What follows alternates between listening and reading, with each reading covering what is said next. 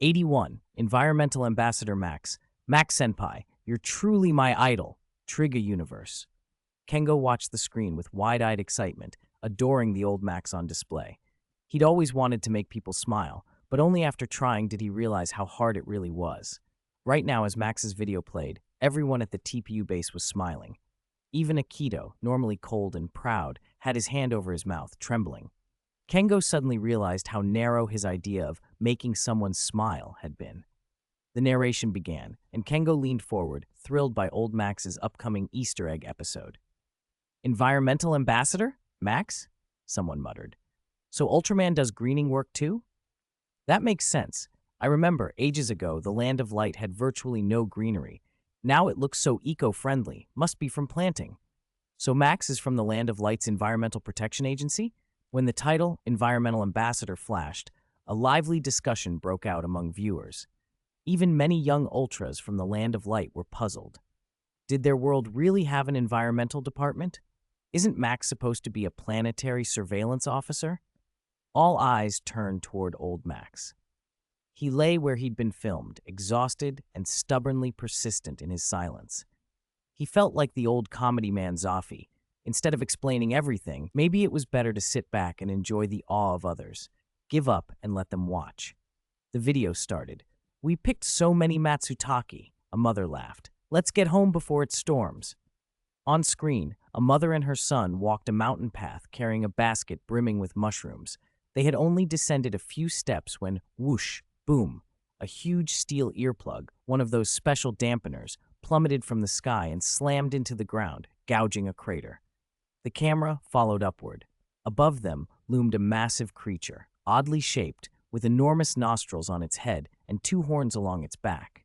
Subspace monster, Crowdus. Its weight drops dramatically while it sleeps, allowing it to float. When it awakens, its weight skyrockets. Dash uses specially made earplugs to keep it peacefully asleep, reducing its weight for safe transport. So that's what it was. The audience gained a new appreciation for the universe's biodiversity. Then the alarm bell rang. Literally. Thunder cracked, and one of the earplugs had fallen. Crowdus was about to wake. The mother and son looked up as a shadow blotted out the sky. Crudus, now heavy, began to fall. Ah! They screamed. A red flash split the clouds. Hooah! Bang! Old Max appeared and caught Crudus. The viewers cheered, but everyone noticed something odd. Max looked strained. He'd caught the monster, but its weight was crushing him, and his face betrayed surprise. Ultraman, what on earth did this thing eat to get so massive? Max's hands trembled. He didn't know how long he could hold on. Thinking of the two humans below, he gritted his teeth and clung to Crowdus with everything he had. Luckily, Mizuki sprang in and started pulling the mother and son away. Good teammates, finally back to normal after having been influenced by the Bakaneko phenomena. This was exactly the kind of help old Max needed, the audience thought. Then the scene did a complete flip. As Mizuki bent down to lift the mother, the woman playfully patted Mizuki's shoulder, laughing, "Oh, I'm heavier than I look." Countless viewers. Big sister, look above you. Max is holding up a monster. Even though the camera couldn't catch every grunt, his struggling was audible. Mizuki turned back, gathered the fallen mushroom basket, and urged, "Come on, climb up, it's okay." Moments later, Mizuki was actually crushed under the mother's weight as the woman hopped onto her back. The audience watched in stunned disbelief. So she really was heavier than she looked. At this point, Max was about to crack under the effort thanks to these divine teammates, so he threw Crowdus away in desperation. The monster slammed into the ground, sending a tremor through the earth. Max gasped, his shaking hands feeling like they might break off. The chat exploded. Ha! Max's teammates betrayed him again. The way Crudus landed was like a mini earthquake. No wonder Max's arms are about to fall off. Wait, environmental protection? Isn't this episode supposed to be about that? Viewers were torn between heartache and laughter. The whole environmental ambassador tag felt off. All anyone saw was Max doing extremely inefficient weightlifting. Then the fight truly began. The deafening racket drew everyone's attention. Max charged Crudus, grabbed its head, and tried to flip it. The beast merely pawed once and backhanded him away. Did it weigh that much? Max got up and charged again. Crudus rose to its feet, and their brawl escalated. Max kicked, grabbed a foreleg, and tried to heave it over his shoulder. Hoo-ah-ha! He roared, straining like someone suffering terrible constipation. No matter what he did, Crudas wouldn't budge. Was his posture wrong? Max repositioned and attempted an all-out lift, but even that barely moved it. Several viewers had déjà vu and remembered old Ultraman episodes. Lift, flail, repeat. The original Ultraman, watching far away on the Land of Light, felt a shiver of recognition. His own battle with Skydon had gone the same way once. With a final exertion, Max managed to raise Crudas an inch. The soundtrack wilted dramatically. Then his legs gave out. The massive monster plunged down, pinning Max to the ground beneath a plume of dust. Ugh! Max felt his back going to snap. He slapped the ground, desperately searching for leverage. The camera panned forward to show a thick, sturdy tree right in front of him. A gohai, the Shinto ceremonial wand, was tied to the trunk, a clear sign this was an ancient sacred tree, strong and deep-rooted. Hope flared. Max reached for it like a lifeline. Crack. He uprooted the tree, roots and clods of earth attached, with one Herculean heave. Max. What the heck? Juggler, watching this on some other planet called Earth, grinned. He liked the move. Shame it wasn't done with a sword, he thought. But he liked it. 82. Civil Servant Max? At that moment, countless viewers felt 3 question marks pop up over their heads. What happened to the environmental ambassador we were promised? Old Max. Did he really pull the tree out by its roots? But in the next second, everyone saw the main event unfold. Max had indeed uprooted the tree. He stared at it in a daze, then clutched his head as if thinking through some rapid plan. This is a 100-year-old sacred tree, worth a fortune. Wait, he had an idea. To everyone's surprise, Max replanted the tree. He buried a couple of handfuls of soil around the stump and patted it down until it was steady. The chat exploded with laughter. No wonder he'd been called the Land of Light's environmental ambassador. He was dedicated to a fault. Even while being crushed by a monster, he remembered to plant trees. Max actually replanted the tree. Over on the Land of Light, Ace was stunned. When he'd faced the temporal Choju Daidara Bachi, he'd ripped trees out of the ground to use as weapons. He'd even pulled up 2, tossing one at the beast. After the fight, he'd long since forgotten about those trees. Seeing Max carefully replant one now, Ace felt a twinge of shame. He couldn't match this junior's conscientiousness. Then he exhaled in relief. Good thing I didn't replant them, or whoever's on the screen might not be Max alone. It seems none of us care for the Earth like Max does, someone said. That's right, we're here to fight monsters and aliens, but Max actually thinks about the planet.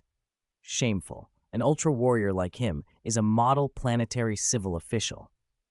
The Ultra Warriors on the Land of Light laughed. They'd assumed Max's earlier antics were from amnesia. They hadn't expected he was naturally this comic. Even under Crudas's weight, he'd replanted the tree, true environmental model behavior. Neos, who had once built a house on Earth, felt a kinship and made a mental note to trade tips later. Just when viewers thought Max's Easter egg segment was ending, the video kept playing. Everyone leaned in, curious what he'd do next. After replanting the sacred tree, Max struggled out from under Crudas. He gasped and rolled, scrambling behind the monster to grab its tail, pulling with all his might. He couldn't budge it and was instead yanked forward, nearly slipping. He changed tactics, trying to flip Crudas, but a swipe of its giant tail slammed him to the ground. Stubborn as ever, he couldn't lift it, but he kept trying. The audience mentally grouped Max with other well-meaning, determined ultras. Lightning split the sky. On the ground, the Dash team sprang into action. Shion handed Mizuki a weapon. Hurry! Use my Giga Mega Laser! Mizuki took aim. Crudas moves too much. It's hard to steady the shot. Because Max was tangled with Crudas, Mizuki couldn't line a clean shot. Spotting the Dash members, Max hurriedly clung to Crudas and turned its back toward Mizuki. Now, someone called. Mizuki squeezed the trigger. A thick yellow beam arced around Crudas's head. Only the laser merged with a flash of lightning from the storm. The two energies combined and slammed down like a high-temperature current. The falling beam struck Max squarely. Ugh! Max screamed. Sparks flew from his body as he convulsed to one knee. His color timer began flashing red. A stunned silence fell across the viewers in the Land of Light and beyond. After a long moment, people didn't know whether to laugh or cry. How could Dash, with no amnesia excuse, make such a blunder? Ace's tack team at least missed enemies in picturesque sunsets. These people had just shot their teammate. They'd missed the massive target Crutus and instead hit Max. Mizuki on the ground covered her mouth in horror. How could she have missed like that? Luckily, being struck had pushed Max free of Crowdus. He seized the opening and fired a restraining ray that slowed the monster's movements. Mizuki steadied herself and fired the Giga Mega Laser again. Their combined attack tore open a portal to a subdimension in the sky. The usually docile Crowdus, sensing the way home, obediently flew through it and vanished. Max's Easter egg Chapter 1 ends here. The screen dimmed and the audience felt warm and tickled. This was the most entertaining Ultraman performance in a long time. Aside from Zoffy, few could rival Max's comedic flair. And since this was only Chapter 1 of his Easter eggs, there would be more. Everyone would get to see old Max again. Ha ha! I never expected such an amusing Ultraman. Max is a real character. He's nothing like Tiga. Tiga's much cooler and hardly ever nods at us. Hey, new text just popped up on the screen. In the Tiga universe, Shinjo and Hori laughed, remembering Max's antics, and once more brought up Tiga. Daigo seized the moment to change the subject. New keyword, ordinary civil official Max? Speaking of civil officials, Hikari, the scientist, could count as one, right? Is Hikari showing up again? Lena asked. Captain Iruma nodded. From what we've seen, he fits the role, but this term really points to Max, and Hikari just finished his segment. He probably won't appear again so soon. Everyone waited to see what Max would do next. On screen, the title settled in. Ordinary Civil Official Max of the Land of Light. In the Land of Light, we have long heard the legend of the Space Garrison, Guardians of Universal Peace. But this time, our protagonist Max has nothing to do with them. He's just an ordinary planetary civil official, a common bureaucrat, without their powers. Max's Easter egg Chapter 2 will be played soon. Representative Civil Officious Dark Baltan, Battle of 1,000 Men. Dark Baltan? Viewers muttered, and jokes about its crustacean appearance followed. Could it be eaten? How to cook it? On the Land of Light, Ultras peered at the title. Baltan? The Baltan alien, beaten by our seniors, known for their loyal family? They're a model-level threat. Many seniors have faced them. At Space Garrison, Zeta scratched his head. I don't think Baltan looks particularly strong. Isn't this video supposed to show Max's combat level? Don't underestimate the enemy, Zeta, Mebius replied, his tone serious. Anything with dark in its name tends to be trouble. 83. The Strongest Crayfish. This title, no matter how you read it, is praising Senior Max. On a certain planet, X felt a little flutter of excitement. To him, Max had always been a solid, dependable senior. Back when they were on Daichi's Earth, a Slan alien had disguised himself as Kaido Higashi and infiltrated Zio, tampering with the data for the Zetan armor. When X donned the armor, he lost control. The Slan, the armor, and Zetan itself all ganged up on Max. What impressed X most was that Max had actually endured that onslaught for minutes on end. His light never even flickered. As a junior, X found that staggering. Max had to be more than a mere civil servant of the Land of Light. Baltan, huh? Within the Space Garrison, many Ultras had battled the crab-like Baltan race. The one with the most experience was Brother Man, the monster extermination specialist. He, too, served as a civil official of the Land of Light and had faced Baltan several times during his Earth training. The Baltan's greatest trick was cloning. Each clone was a physical attacker. Combined with invisibility, rapid healing, teleportation, and other abilities, a Baltan could be very dangerous. Yet their Achilles' heel was their fear of specium energy. In an organization where most members could use the specium ray, the Baltan became little more than a training target for recruits. That said, the older Ultra Brothers didn't underestimate an opponent just because of that weakness. The prefix Dark warned them that this Baltan might be different. In the Kingdom universe, Tregear read the words civil official with a twinge of regret. He had wanted to stay with Taro, but he'd failed the Space Garrison's test by the narrowest margin. On Taro's advice, he joined the Science Technology Bureau instead. If other civil official Ultras appeared, would he show himself? If Taro saw them, Tregear shook his head. No, he was no longer an Ultra Warrior. Bururu, boss, it's actually you! In another universe, aboard a spiral-shaped ship, rows of Baltan cheered at a screen. They never thought their race would be featured in an Ultraman compilation video. The boss being alive meant this wasn't just a training reel. It was rare and exciting. Bururu, it really is me. The Baltans' leader, the boss, was of course Dark Baltan, the video's secondary star. After his encounter with Max, he'd learned the cost of brute aggression and changed course. He no longer conquered planets, but led his willing kin through space, using technology to find and settle habitable worlds. Infrastructure first, war never again. He'd boasted once that his science surpassed the Land of Lights, but Max had returned home quickly and Dark Baltan still lacked inter-universal travel. Ever since watching Hikari's footage, Dark Baltan had wanted to consult that scientist, Guang, about technology and maybe set up a branch in that galaxy to catch up with Max. For now, he settled down to see what this video would say. Audiences across worlds, upon hearing Land of Light civil official, didn't automatically think weak. After all, geniuses like Hikari were rare. Even if Max had secrets, he probably wasn't at Hikari's level, at least not in prior fights. The video began. Two figures faced off on the screen. Max on the right, Dark Baltan on the left. Many beings who'd seen Baltan before watched, expecting something familiar.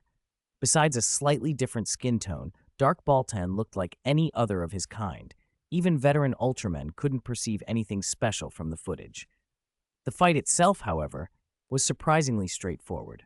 Dark Baltan surged forward, claws flashing in a barrage of lobster-style strikes, but Max easily repelled him. After only a few moves, he'd been driven back. The match quickly became one-sided. Max's swift attacks dominated.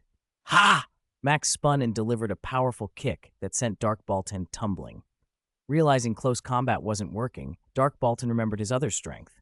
He was a mage, of sorts, and unleashed raging flames from his double claws. Fire, a familiar motif. Zoffy, watching, felt like someone had been peeking in on him, but he said nothing. He was used to it. Max calmly formed a red barrier with both hands that absorbed the inferno. The left side of his transformation device flashed. Energy poured into the barrier, and in an instant, the absorbed flame coalesced into a giant tornado. Dark Baltan, unable to dodge, was swept up and shredded into fragments all over the battlefield. Tornado destroys Baltan. Again, viewers gasped. Far away in the Land of Light, a certain sawed man of light stared at the screen with bright eyes and thought, Max really is something. Why do I have a strange feeling? Ace tilted his head in discomfort. What is it? Minami Yuko asked softly from his shoulder. Nothing. I just feel like someone's talking about me.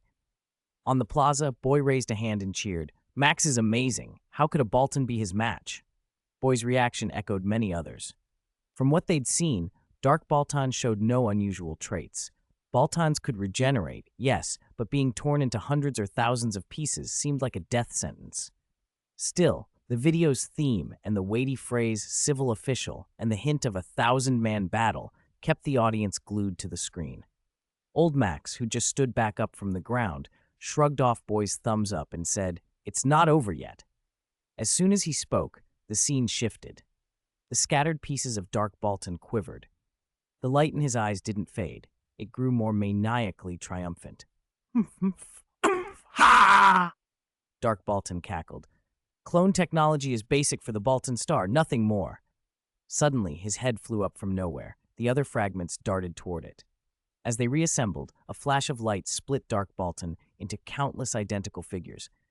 They multiplied until the sky was filled. At a glance, their number exceeded 1,000. 84. Strongest versus strongest. This is Planet Duran. Cosmos almost lost his composure when he saw Dark Baltan's move. He had thought Neo Baltan, the one he'd fought before, was the peak of the Lobster Clan. Neo Baltan had strange Baltan abilities and a string of troublesome tricks like evolution and myriad blades. Fortunately, Cosmos had a trump card and won in the end by using a cloning technique. He hadn't expected Dark Baltan to be even more ruthless. With that terrifying cloning technology, one being could form an army by itself. A troublesome enemy, Justice said beside him, his voice full of unease as he looked up at the sky-darkening host of Dark Baltans. Many spectators made the same sound of alarm. Higashi Kotaro's face registered disbelief. What kind of black technology was this? Terrifying self-healing plus cloning? One individual becoming an endless army. If used to develop food, everyone could be fed. Food freedom achieved. No, wait. If used for invasion, wouldn't it be unbeatable? The villains, led by the Batresian, agreed with sinister enthusiasm. If this tech could cultivate monsters to feed his hyperzeton, hiss, even the Baltan from the Land of Light's universe stood stunned. Is this still a ninja? The Marvel side. You mean what I'm thinking, Tony? Comrade Steve Rogers stared up at the sky full of dark Baltans, shocked. You mean Ultron? Tony shook his head. In every respect, Ultron wouldn't hold a candle to this. Baruru, the boss is actually this strong, a subordinate cried. This is no longer a simple healing ability. This is heresy. It violates the fundamentalism of our space ninjas. What kind of era is this to still be a traditional ninja? On the Dark Baltan ship, hearing his subordinate's surprised chatter, Dark Baltan gave the clan's characteristic ho-ho-ho laugh. Why are you laughing? A small Baltan asked nearby. Kuroba laughed without answering. He had long since adopted a pacifist reputation, but watching the scene, he couldn't help feeling proud. In his mind, he scoffed at Yapul's lack of strategy and the Batresian's lack of wisdom. Hipparito alien, Imperial alien, Zarabian, outwardly fierce but inwardly cowards. In this universe, only Kuroba's Dark Baltan and Old Max were the true heavyweights. Choju and Zeton were illusions compared to this cloning tech. No more resurrecting rotten fish and shrimp, no more painstakingly creating super beasts, one piece of body, one person, an army. Cheap, simple, fast. My Baltan science is #1 in the universe. Back on the Land of Light, Gino had no idea what monstrous enemies Max had faced off-world. So many Dark Baltans, each a physical entity. Even the specium ray, which normally restrains such foes, couldn't eliminate them all at once. Geno felt a twinge of regret. He should have delivered more packages back then, so he could have been part of a scene like this. Dark Baltan is indeed terrifying, Geno admitted. To be honest, even now, I don't have the confidence to beat him.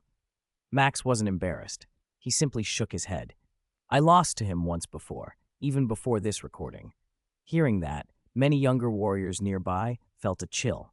In the vast universe, there were many powerful opponents, especially those with Dark or Kuroba in front of their names. On screen, the Dash pilots who had been assisting Max in the sky watched in stunned disbelief, already imagining their planes being shredded. But Max, out in front, did not retreat. After a brief moment, he raised his left hand without hesitation. The Max spark on his wrist flared with dazzling light. This time, he had the energy. Don't think I can't clone myself. Cha! Max spun, his whole body becoming a crimson phantom. In an instant, hundreds of thousands of figures erupted outward, flying to confront the Dark Baltan army in the sky. Their numbers matched the enemies, and their combat power wasn't diminished at all. The audience was stunned. An ordinary civil servant from the Land of Light? First there had been the researcher Hikari, and now this. What kind of monsters were the civil servants of the Land of Light? Everyone else, stop hiding. Most viewers outside the Land of Light didn't know that 99% of people inside the Land of Light were just as shocked. Old Max actually had this much power? He'd been hiding his ability all along. If only they'd lived during the Ultra Great War, the Dark Emperor's monster army might have been crushed single-handedly. Speaking of monster armies, many recalled Belial's first rampage in the Land of Light. At that time, Max had probably been too young to take part. But when Belial struck again, old Max had faced him, so why hadn't he used this trick back then? Sensing the puzzled looks around him, old Max gave a light smile and explained, I can clone like this, but it's not purely my own energy. I received help from another Baltan. You misunderstood. Geno nodded. I heard from the senior back then that he was defeated by Zeton the first time. Later, the Science Special Search Party developed a special energy round, which gave him immense power and let him use the specium beam to beat Zeton. Old Max nodded. My situation was similar. Captain Hijikata, watching the spectacle, had never seen anything like it. His mind raced and then landed on a single correct course of action. All aircraft, land, stand by and wait for an opportunity to attack. When gods fight, mortals should watch from the ground. As the Dash fighters peeled away, the battle between Max and the Dark Baltan army exploded. From ground to sky, from hand to beam attacks, fists and feet clashed like rolling thunder, and energy cascaded like falling stars. Ice axes gleamed, sharp claws hooked, swords and pincers clashed. man and monster. Dazzling battle flames erupted, streaming and blooming through the cloud-filled air. The sky churned, sunlight dimmed, thunder shook the earth. The whole world seemed to change. It was spectacular, a one-on-one fight, swelling into a thousand-on-thousand brawl. It felt like the ultra-great war. On the Hyperion, May's eyes were wide with shock. Land of Light, ordinary civil servant. Max. If they keep fighting like this, she added, Max, who's no longer at a numerical disadvantage, should be able to win. Kiana scanned the battle zones and reported that most of the Dark Baltans who had engaged Max in melee were losing. Dark Baltan's physical combat is far inferior to Max's. No, look closer, Branya said, shaking her head and pointing. Every Dark Baltan Max defeats turns back into a new clone. Now many spectators noticed the same pattern.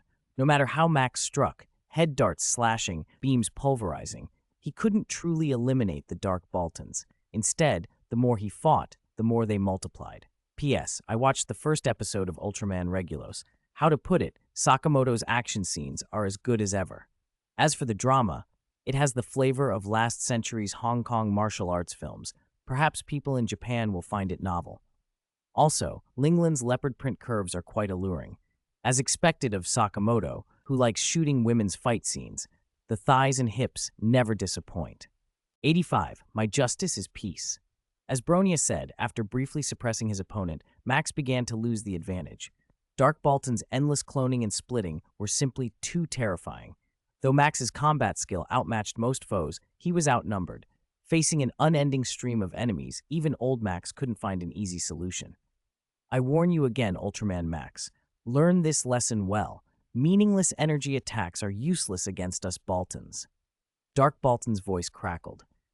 Excessive economic activity and foolish wars lead to wasted energy.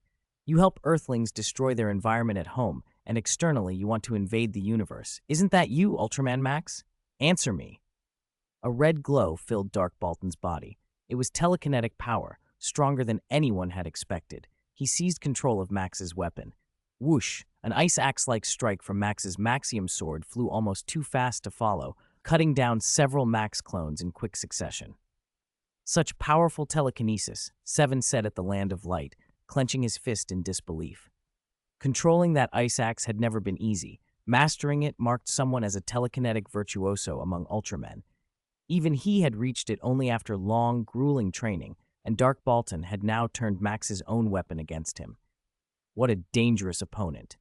Zero spoke with similar apprehension. He felt newfound respect for Max. Regardless of how the fight would end, Max deserved praise for holding out so long against such an enemy. On the feed, Max's clones fell again and again. Dark Baltan glared at the real Max and demanded, Answer me, Max. What kind of justice is this? Justice belongs to the strong. The camera cut to the Titan base. Old Man Fugong, watching the battle, shook his head in anger. No, completely wrong. Those who start wars have no justice. Well said, the original Ultraman agreed. In the broadcast, Max himself remained unmoved by Dark Baltan's accusations. He did not speak them aloud, but his thoughts reached every viewer's heart. As a planetary observer, Max had always been reluctant to meddle in a civilization's natural course. Dark Baltan was right. Humans had many faults, a violent streak, the capacity to deceive and to hurt, to breed darkness, and they might be the worst of Earth's creatures. But that was not the whole story. Humans also created laughter, hope, and kindness. They yearned for light and could spread it. They made terrible mistakes and sometimes birthed monsters, but they could also make unique light in the universe. Old Max had once chosen Kaito Higashi for a reason. Max felt the expectations of Earth's beings. His path to this point had been built on their trust and help. He wanted only to protect Earth, to keep these lives from being destroyed by invaders. That was enough. Even if he was outnumbered and alone, he would not back down. You ask me what my justice is? I will answer you. My justice is peace. Max stood tall. The Max Galaxy in his hand flared. Galaxy Cannon, an obliterating beam of bright blue light, swept the sky. Explosions blossomed as Dark Baltan's clones were struck down one after another. Max did not stop. His beam cut straight for the true Dark Baltan before him. Hoo hoo hoo, Dark Baltan laughed. His chest plates opened, revealing a reflective organ within, the Balin light membrane. Whoosh, The galaxy cannon was absorbed and reflected back at Max. The blast hit. For a moment, smoke and fire filled the air. When it cleared, old Max's steps were slightly unsteady, but he only took one step back. He did not flicker. The scene left many viewers stunned. How could he remain so unshaken after such a blow? Were the servants of the Land of Light all like this? Then a clear, melodious bell-like chime rang out, soft and soothing as a mountain temple bell. It washed over everyone like a cool brook. The little Baltan and her companions had appeared, playing ancient instruments. Dark Baltan, who had been fighting fiercely, froze. Such gentle music," he murmured, like a bell from a small mountain shrine. "Yes," another voice agreed, "it calms my restless heart." "It's beautiful, 10 out of 10, maybe 9, others joked, smiling as they watched. Even Titan listened quietly, humming to himself. Many of the Absolute clan softened. Only Brother Tazi snorted. Whatever the music, his decision to go to war with the Land of Light remained unchanged. In the video, Dark Baltan lowered his pincers and sank to his knees. His body trembled, and tears welled in his amber eyes. The music had worked like a strange, irresistible force. His will to fight evaporated and was replaced by remorse for having started the war. The melody reminded him of Baltan's star as it once had been, lush and green, a clean, welcoming home, and of how his people had once resembled humans in spirit. Old Max watched with understanding. He saw his opponent's broken will and, through the bell chime, glimpsed the Baltans' past, their happy faces and their peaceful life. How could Max, with his wide heart, bring himself to kill such a being? He bent down and gently patted Kuroba's shoulder, saying nothing. "Brother, don't be gloomy. It's time to go back and rebuild your home." On the spaceship Natural Selection, Dark Baltan listened to the music with tears and a new clarity. The ancient instruments recovered from the Baltan star ruins had settled something inside him. He realized there were many paths to finding a homeland for his people, and that war was the least just of them. How humans had degraded Earth was their own doing. Kuroba did not need and should not make Earthlings suffer as Baltan's star had. "Alas, I should thank you, Max," Dark Baltan said softly, wiping his eye with a large pincer. "It's a pity we don't know when we'll meet again to catch up." "Boss, what's wrong?" a small Baltan lobstery asked, poking him. "Nothing," Dark Baltan replied, laughing. "Max, next time we meet, you'll see a brand new Baltan world." From then on, the grudges between the people he led and the Ultra Warriors would end. He would lead his people to explore the stars, seek a new home, and revive Baltan Star's vitality. He would make Baltan technology the finest in the universe. Dark Baltan raised his pincer toward the sea of stars. Natural Selection, full speed ahead. Countless hands rose in unison, and the unique laughter of the Baltan people rang out. "Hoo hoo hoo!" The video cut off abruptly the moment old Max patted Baltan Sajin on the shoulder. On-screen text shifted. "Peace is hard won. Strive for it and cherish it." Playing next video. Ultraman Max, the ordinary civil servant, Galaxy Sword. "I'm just a civil servant, so swordsmanship isn't really my forte." Many viewers slowly typed a question mark. That last line sounded oddly familiar. Where had they heard it before? Countless eyes turned toward Hikari, who was currently examining Dark Baltan's technology. Ah Guang typed a question mark as well, frowning. "Don't always assume it's me whenever swordsmanship comes up," he seemed to think, but Hikari himself was genuinely interested. Hearing the next clip promised a demonstration of Max's swordsmanship, he couldn't help but feel a little excited. Old Max had surprised them all before, especially with the healing and cloning technologies Dark Baltan had revealed. Even Aguang had to admit Kuroba's tech was extraordinary. The life solidification device Kuroba developed could revive Ultra Warriors and others, arguably one of the most revolutionary inventions in the Land of Light's history. It had even sparked wars. The Bako Seijin had launched multiple invasions against the Land of Light over it. Hikari had once felt some responsibility for the fallout. See Tregier's story, The Azure Phantom. The life solidification method was powerful but strict. The target's body had to be preserved. Without that, the device could not work. Dark Baltan's cloning tech compensated for that limitation, which made Aguang even more curious. If Dark Baltan could be invited to the Land of Light for academic exchange, both races would benefit. Unfortunately, Max had said that Dark Baltan now lived in another universe, accompanied by a gaggle of cackling small lobsters, long gone to build a new home.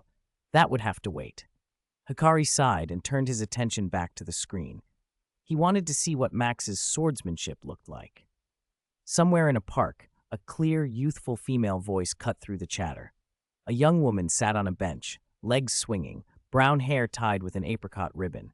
She wore a white Chinese-style dress with an apricot yellow outer jacket, some elements borrowed from her world. And the ancient Xuanyuan sword, wrapped in white cloth, rested on her back. Curious, she thought, Ace, Hikari, and now Max. If I ever get to the Land of Light, I must ask them about swordsmanship. 3 feet of blade can slice through clouds. Just how much grander is Max's galaxy sword than my Taishu sword god? The video started. Kaido, Higashi, and Mizuki appeared. The opening scene made viewers' hearts seize, a life-and-death farewell. Kaido, covered in dust, was sobbing as he cradled a barely conscious Mizuki in his arms. I'm sorry, Kaido. Mizuki's voice was a whisper, each word demanding enormous effort. Kaido, don't say that. Don't talk like that, he repeated, clutching her. Mizuki's lips moved twice more, then she went still, her head lolled. No. How? Kaido's face was streaked with tears. This strong, optimistic young man broke down as the camera cut to the dash base, where Ellie's voice was barely audible. Mizuki's vitals have stopped. Mizuki. The dash team froze, disbelief and horror on their faces. Mizuki. Deep underground, Kaido's voice cracked as he refused to accept it. No, Mizuki can't just die like this. I won't accept it. He wiped his face and began CPR, mouth pressed to hers, forcing oxygen into her failing lungs. Mizuki, wake up. We have to live together. From now on, we'll always, Mizuki, you must live. Despair tightened his expression. Viewers watching felt the pain along with him. No one wanted to watch a loved one die on screen. For a moment, 1,000 mixed emotions swept through them. She's dead. Ashes can't be brought back, muttered Otto, eyes closed. Leo's whisper recalled past regrets. Jack sat with his head bowed. Those who had lost loved ones understood the ache. Ace alone kept his regrets internalized. Quietly, he vowed to Minami Yuko in his heart, I will protect you. Then, across worlds, a soft cough. Mizuki drew a breath. Her chest rose and fell again. Kaito. At the sound of her voice, Kaido held her like a treasure. Her life data was wrong.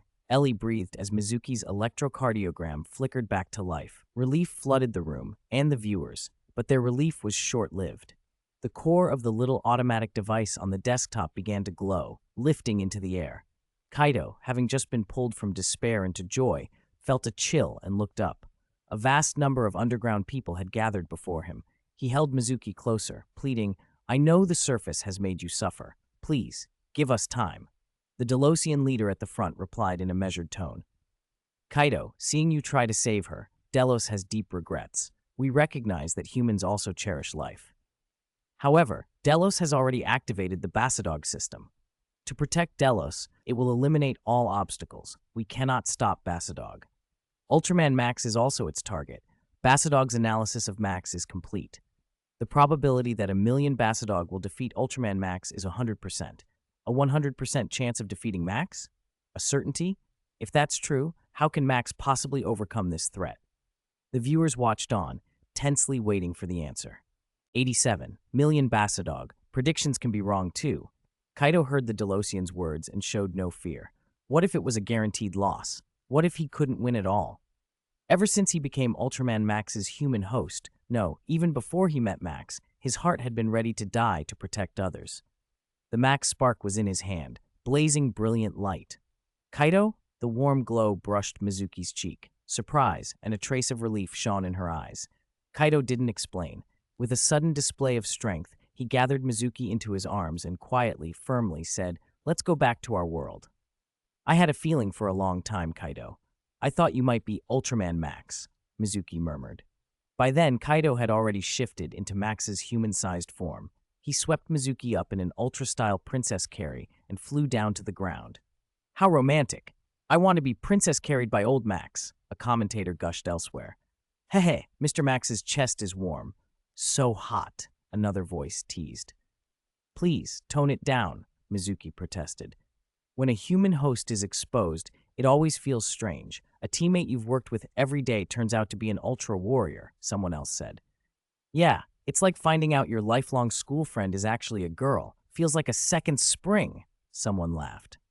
Across the networks, countless viewers laughed or relaxed at the moment, but a darker worry crept in. Everyone remembered the Delosians' declaration.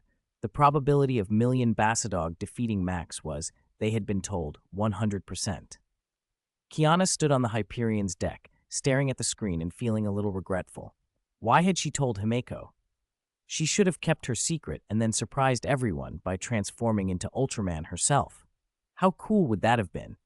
Still, she was lucky to have Mebius's trust. Boom! The sound of an explosion from far below pulled her eyes away from the screen. Come on, let's go see the fire of courage for ourselves, she said. May patted her shoulder. Okay. When we get back, you better tell me if Max won. Kiana lifted her left hand. The Mebius doll in her palm flared into a radiant aura. Mebius! The Crimson Giant broke through the clouds and streaked toward the Honkai outbreak. If we get new forms later, let's call them Blaze of Courage. Kiana giggled. In the transformation space, Mebius smiled softly. Good name, Tiga Universe. Is this how my identity gets blown? Shinjo asked, amazed. It figures. Ultra Warriors hide among people. No, they belong in the defense team, someone else said. I remember an old saying, the greatest recluse hides in the city, another added. Shinjo puffed up and tried to look serious. Fine, I won't hide it anymore. I am actually. He didn't get to finish. Hori cut in. With your personality, Tiga wouldn't choose you. What? What's wrong with my personality? Shinjo snapped. They bickered and laughed until Lena giggled out loud. Daigo relaxed at the light mood, though when he glanced up, he found Captain Iruma watching him oddly. He tried to hide his unease. Captain, is something wrong? Nothing, she said, her lips curving into a smile, but she said no more. That same scene, friends teasing, identities being suspected, played out in other worlds.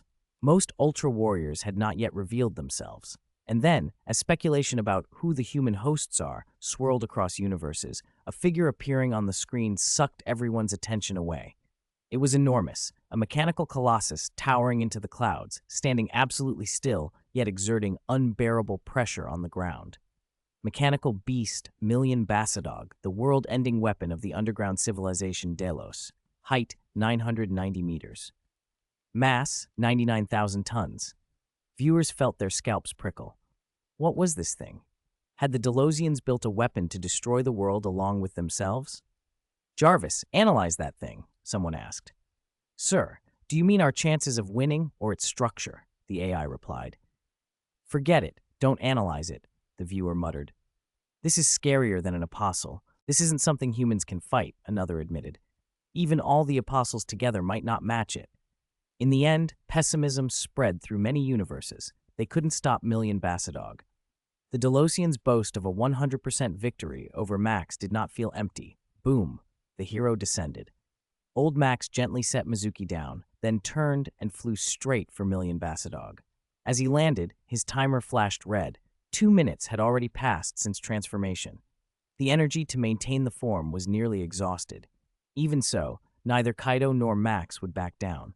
For Mizuki, for humanity, for Earth, they refused to surrender. The Maxium sword shot from the shining crest on his head, slashing again and again at Million Bassadog. Metal clanged on metal, sparks sprayed, but the steel plates left no mark. Buzz, several purple energy currents leapt from Million Bassadog's head, snatching Max and yanking him upward. Restraint and energy absorption. Bang. Max slammed against armor. The purple currents not only battered his body, they siphoned his energy away as well. He struggled with everything he had, but he could not break free. Next to Million Bassadog, he was an insect. In the transformation space, Max spoke clearly. Kaido, my energy is completely drained. I don't have the power to return to the M78 Nebula. If this continues, you'll die. Kaido reacted very differently, flustered, desperate. Kaido, separate from me, Max urged. How can I, Max? We must fight to the end. Kaido cried, but Max had made up his mind. He used the last of his strength to raise his right hand. A brilliant golden light flared. Whoosh! From the horizon, the Max Galaxy returned. With his left hand, Max thrust it forward and flung Kaido's life spark into the galaxy, sending him away from the danger. Watching Kaido depart safely, the light in Max's eyes dimmed. As his timer faded to gray, his body began to petrify. Like a lifeless statue, he froze in place, locked, lonely, fixed on Million Bassadog. Max! Kaido landed hard on the ground, staring at the stone form of Max. He screamed his name, over and over, his voice breaking. P.S. I rewatched the first episode of Regulos and checked official Weibo info. I noticed details I missed before. Astra wasn't always like this. He was horribly tortured during his captivity. Nearly every part of his body was damaged. After treatment by the King of Ultra, he became what he is now. This fills in a side story that complements the Brotherhood plot in Leo TV. Babar and Magma are both scoundrels. 88. Because I am Ultraman. Because I am Ultraman Max. Originally, as an observer of planetary civilizations, I shouldn't interfere in Earth's internal affairs, Max said, voice heavy with feeling, on the land of light. Guiding and communicating where I can, that's all I should do. But you still chose to help them, didn't you? Boy asked, tilting his head in puzzlement. No. Max ruffled Boy's hair. It's more accurate to say that, like Mebius, humans and Ultraman grew together. I'm actually relieved that Million Bassadog listed me as a target, Max added. If he hadn't, I can't imagine watching those human friends be destroyed. You did well, Boy answered. A voice called out. Max turned and greeted the newcomer. Officer 7. 7 glanced at the screen and remembered his days on Earth. As an observer, you've been more committed than I ever was. The video cut to the stone statue of old Max, frozen and hanging atop Million Bassadog. Fans of the old hero felt a pang of grief. From the footage, old Max had always fought alone in that form. No teammates ever appeared. Humans who tried to help often caused trouble, and even when other warriors intervened, it didn't necessarily turn the tide against Million Bassadog. But many viewers suddenly remembered the video's title, Max, the Galaxy Sword God. They hadn't even seen a sword yet. Maybe a turning point was coming. The footage kept rolling. At the hospital, Kaido squeezed Mizuki's hand. We will seize the future, he promised. Ellie's voice came through the broadcast. Kaido, prepare to execute the Max plan. Kaido let go of Mizuki's hand, smiled, and left the ward determinedly for the command center. He'd found a way to save Max. The plan, use the Max Galaxy and recharge it with the sun's energy. In this universe, Earth had built 32 near-Earth defense satellites called the Guardians, their function not unlike a planetary Maginot Line. The Dash team's plan depended on them. The screen split to show space and ground at once. In orbit, the satellites readied. Ground Command aligned the array. They would beam concentrated sunlight into the Max Galaxy to recharge Max. Dash 1, Dash 2, advance, Captain Koba ordered. Understood, the pilots replied. Kaido and Koba flew their fighters, towing the Max Galaxy toward Million Bassadog. Deliver the charge, Shion pushed the control. 32 satellite beams converged on the Dash base's energy converter. A torrent of scorching sunlight streamed through the antenna into the Max Galaxy. Good, energy delivered, Kaido announced in his fighter. Electricity surged through the Dash base. The converter overloaded, and transmission failed. Shion yanked open the electrical panel and froze at the tangled web of wires. But before the cameras and countless viewers could despair, the team's MVP and mascot, Ellie, sprang into action. Her hands moved in a blur as she sorted wires and reset breakers. The overloaded device stabilized. Cheers erupted across worlds. Ellie, my wife! The transmission resumed. Kaido grinned and piloted toward Million Bassadog again. The giant beast had noticed them. Purple destructive blasts arced out, each capable of annihilation. An instant later, the cable linking the Max Galaxy to Koba's fighter was severed. Kaido was left alone, dragging the Max Galaxy. Alarms screamed. One fighter couldn't handle the load and began to lose control. Viewers everywhere felt their hearts hammer. Humanity's fate, and Max's, rested on Kaido alone. If he failed, their plan would be ruined and countless lives lost. Kaido, stop! Cut the steel cable. Don't be reckless, Koba warned as he watched the fighter tumble. Kaido refused to surrender. He remembered the first time he'd met Max. Back then he'd been saved from a crash. Now the petrified Max couldn't save him. But Kaido wouldn't be weak. If he gave up, more people would die. If he gave up, his friend Max would be lost forever. Max had saved him once. Now it was his turn. We've come this far. How can we give up? He shouted. Because I am Ultraman Max, Kaido bellowed. He flung open the cockpit and dove into the sky, plummeting thousands of meters toward the Max galaxy, bathed in streaming sunlight. The Max galaxy traced a brilliant golden arc and snapped to Max's right wrist. Kaido fell into the light, and once again merged with Ultra. The reborn Phoenix cried out. On-screen viewers watched, stunned, as Max's petrified shell cracked and his great eyes returned to life. His color timer flared with hope. Shuwatch! Max tore free of his bindings and stood renewed. Kaido! The Dash team cried. So Kaido is Ultraman Max! Even Mizuki, weak in her hospital bed, forced herself upright and clasped her hands, praying for him. Human hope and the sun's boundless energy filled the reborn Max. He slammed into the ground, raising a titanic cloud of dust. Kaido felt the transformation from inside the shift space. The sky pressed down, the earth receded, only it wasn't the world shrinking, but him growing. Thank you, Kaido. This time it's my turn, Max said, and a dazzling red light filled the sky like a reborn phoenix. Light particles condensed into a pillar that seemed to pierce the heavens. Time itself hung suspended. Max and Million Bassadog locked eyes. Max kept growing, towering over his foe, until he stood like a mountain. The radiance subsided and revealed the ultimate form, the truest, strongest Max yet. Ultraman Max, 99 meters tall, 89, traversing the Milky Way, the fastest and the strongest. Almost 1,000 meters tall, this is incredible power. Truly a warrior named Max. Trigger Universe. Akito and Kengo exchanged a look of stunned disbelief. Both of them understood what this meant. Neither Triga nor the veterans Zeta and Libut, who had visited this world before, could have achieved anything like this. The Land of Light is truly something to aspire to, and seniors Zeta and Libut are really dependable, Kengo said, clenching his fists. He suddenly remembered the video's title, Galaxy Sword God Max. Coincidentally, he also liked swords. He found himself looking forward even more to seeing what sword techniques Senior Max would display.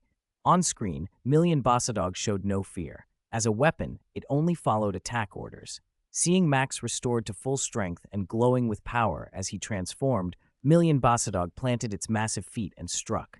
The ground shook, and an overwhelming tide of purple destructive energy bolts swept over Max. Ha! Max drew the Max Galaxy, a blade of pure light. With a casual swing, the torrent of destructive bolts was cut down like a curtain, leaving Max unharmed. Boom, boom, boom. Amid the thunderous explosions, Max gathered power into his legs and leaped like a meteor over Million Bassadog. Clang, clang, clang. The piercing sound of steel cut rang out. Boom! In an explosion that rocked the sky, the Max Galaxy severed more than half of Million Bassadog's head. Sparks flew and thick smoke nearly blanketed the sky. Severely wounded, Million Bassadog screamed, but its weapon programming still drove it forward. Then Max acted again. He pressed his left fingers against the azure shining core on his head. A flash of light, and the Max Galaxy sword whistled toward Million Bassadog. What surprised everyone was what happened next. The blade dart that should not have penetrated Million Bassadog's defenses split into dozens of projectiles in midair, spiraling like a storm around the giant machine and carving visible fractures all over its body. Clang, clang, clang. After that strike, Million Bassadog finally faltered. What the heck? Is he really just a civil servant? I thought the fight with Dark Baltan was Max's limit. I didn't expect him to still be holding back. I was going to learn from Senior Max, but what am I supposed to learn? My eyes get it, but my brain is fried. Countless viewers were stunned again. This time, no one doubted Max could handle Million Bassadog. But in the next instant, Max's actions shattered everyone's remaining assumptions. Right after the Max Galaxy returned to its sheath, Max raised his right hand. Thunder rolled, and storm-like energy gathered over Earth. Under the horrified gaze of billions, the Max Galaxy began extending toward the heavens. 100 meters, 1,000, 10,000, 100,000, 1 million meters. Max Galaxy soared, hot photon energy rippled outward. The blade of light formed by the Max Galaxy burst through Earth's atmosphere, through the solar system, and into outer space. That day, in the universe, an impossibly dazzling golden blade rose, a sword that could pierce through star rivers and cleave the cosmos. Cha! Max roared and slashed horizontally as if to cut the entire solar system in half. It swept past Million Bassadog with unstoppable momentum. Surging light energy flooded into the machine. Its shell, circuits, and mechanical limbs melted in the scorching photon stream until every particle that composed it was annihilated. Sizzle, sizzle, sizzle. Million Bassadog's impossibly hard body cracked and arced with electricity. Max sheathed the Max Galaxy and stood tall, no further strike needed. One move from this sword was enough. The battle ended. Responding to Max's final stroke, Million Bassadog gave a dying wail, Bassadog's system stopping. Then, like a gentle breeze, its body dissolved into photons and dissipated. There wasn't even an explosion. The Max Galaxy simply melted it away. The most powerful war machine ever created by the underground Delos civilization became history. The video froze on that image. Aliens across the networks were speechless with fear. With that one sword, Max could kill them a light year away and still leave them no escape. Holy crap! Even Dark Baltan swore aloud in shock. That sword had literally melted Million Bassadog. If he had taken that blow, no amount of cloning or splitting would have saved him. The attack would burn every cell to ash. Thank goodness, I didn't want a long fight, just to settle down and start a family, he muttered, patting his chest. If Max had killed his main body back then, he might have been reduced to dust. This is practically cheating. Li Sushang from the Honkai Impact Third World almost spat out her drink. She had wondered how Max's Max Galaxy compared to her Taikshu Divine Sword. Now it was clear they weren't even on the same level. Even Grandmaster Chiyuan at his peak would have to take 3 steps back. No. After we beat Honkai, I have to find a way to go to the Land of Light and study under Max, Li Dato declared, clenching her fists. If only there were a way to travel between worlds, wings, a train, something. On Gaia, Fujimiya, usually poker-faced, couldn't hide his surprise. First Hikari, then Max. Both had been eye-openers. Even Agul and Fujimiya, proud as they were, felt genuine admiration. In the Kingdom universe, Titan's eyes glowed as the golden sword in his hand trembled. A swordsman's instinctive hunger for a worthy opponent had added another name to his list, Max.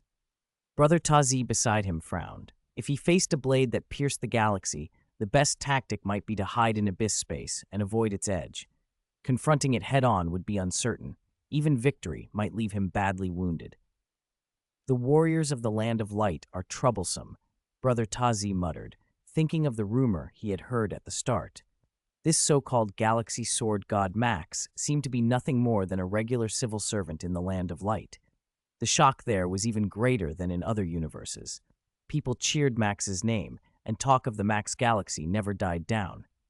Ah, the Max Galaxy. Jano heard the conversation and looked at Max with resentment.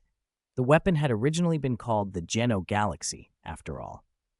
Max cleared his throat awkwardly and patted Gino on the shoulder, saying nothing. Though he had drawn so much attention, he felt only bittersweet joy. Like Mebius, he could no longer find Kaido. Traversing worlds in Kaido's appearance had only eased the ache.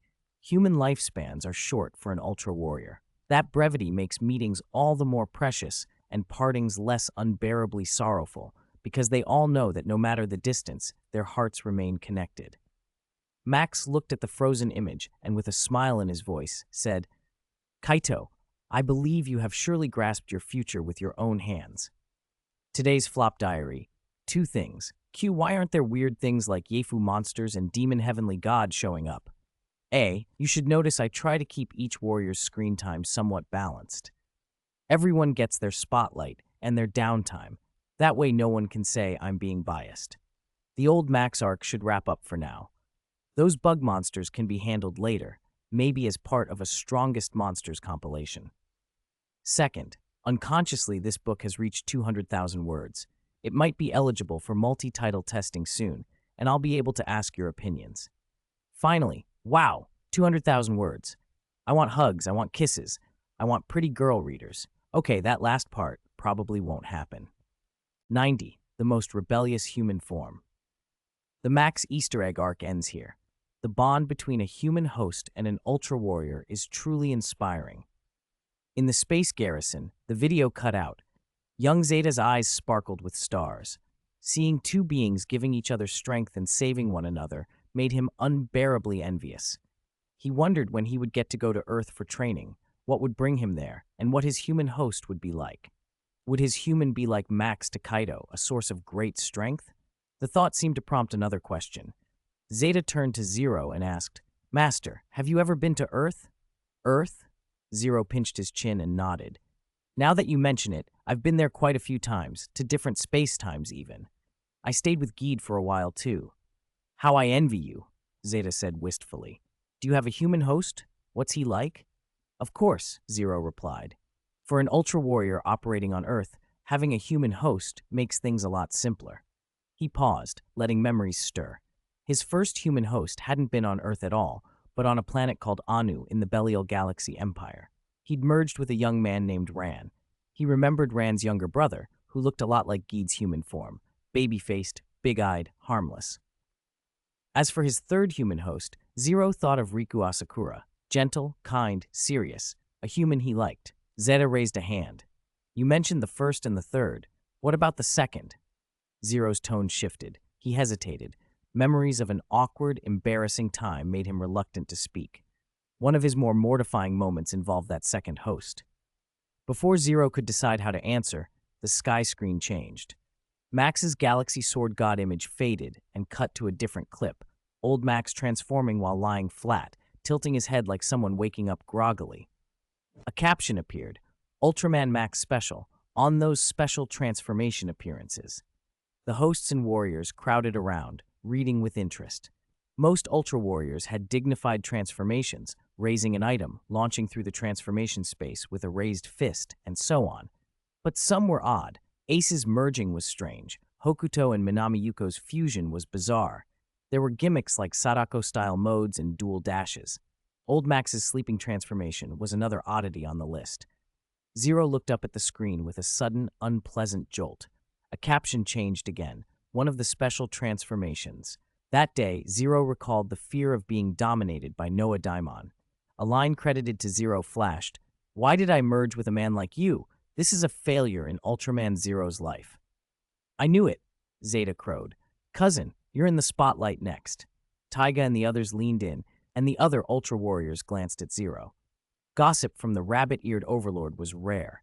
This was a fresh treat. "Master, it's actually you," Zeta pressed. "What does fear of being dominated mean? Wait, did someone once?" Zero smacked Zeta lightly on the back of the head. "Don't let your imagination run wild." Then, softer, he said, "You wanted to know about my second human host, right? It should be him." His sigh was light, but Zeta caught the mix of helplessness, frustration, embarrassment, and a hint of nostalgia in it. The video rolled. Explosions and ion beams cracked across the skyline. The protagonist, Zero, streaked through the air, tearing through oddly shaped alien fighter jets with ease. Not far off, a human fighter jet hovered. In its cockpit, a young man idly sipped from a jelly pouch while watching Zero fight. Text identified him, Noah Daimon. "An Ultra Warrior? Show me your strength," the clip quipped. The broadcast was captioned as taking place in the Tiga space-time. Some in the viewing room squinted. "Is this Earth?" someone wondered. "Why is the city deserted?" "Hold on, is that human wearing a TPC uniform?" Shinjo and the others frowned at Noah's outfit. It resembled a Guts uniform. Even the bold Guts emblem looked familiar, but it wasn't exactly the same. Captain Iruma shook her head. The uniform shared the same style, but was not identical. Could this be a parallel space-time? Zero, already famed as one of the Land of Light's most formidable fighters, blew the alien jets apart with relative ease. Just after he finished off the last fighter with an Imerium slash and watched it fall away, his expression suddenly changed. The camera followed his gaze. On the ground below, at an unknown moment, a small boy had ridden a bicycle across the scene. Hearing the roar above, the boy looked up just in time to see a massive fireball streaking down toward him. Viewers were confused. Weren't there supposed to be no civilians in the city? Where did this kid come from? Ultra Warriors often pick human hosts at the brink of death. Could he be Zero's future host? Noah Daimon, still nonchalantly sipping his jelly, tossed the pouch aside and piloted his jet toward the falling fireball. Energy rounds spattered from his cockpit, trying to blast the alien fighter jet out of the sky, but they barely registered. With a muttered curse and a burst of adrenaline, Noah made a reckless decision. Wearing the Super Guts uniform meant taking on the duty to protect people. When danger showed up, he had to be the first to act. He gunned the engine and drove his jet straight at the impact area. With a wild cry, he rammed the alien fighter jet, aiming to change its trajectory. The collision detonated in a blinding flash and a thunderous boom. The alien craft veered, breaking into pieces, but the force shredded Noah's own jet apart as well. Metal and debris tumbled down, landing and scattering where the boy had been just moments earlier. Viewers praised him as reckless and brave. "He'll ram it if he has to," they cried. Another iron-headed kid, the kind who had the makings of a human host. Noah's act was selfless and heroic, but to everyone watching, it seemed his luck had run out. On the ground, the boy watched in panic. The crash had happened too fast. He couldn't react. Still, he saw a man sacrifice himself to protect him. His desperate longing to live, and perhaps the echo of that intention, seemed to call out to the sky. Light answered. A golden rhomboid beam descended, sweeping up both the wreckage-littered pilot and the boy, pulling them out of the blast radius. Zero had moved. Even he had been shocked by Noah's reckless courage. He admired that courage, and because of that, he made a choice to save them both. But as Zero watched Noah struggle in the light, another memory slid into his mind, and it was not flattering. The recollection made him flush with embarrassment, so much so that when he thought of it later, he would call it one of his most mortifying moments. But I refuse. What a brave person, protecting others without fear of death like that, Zeta murmured.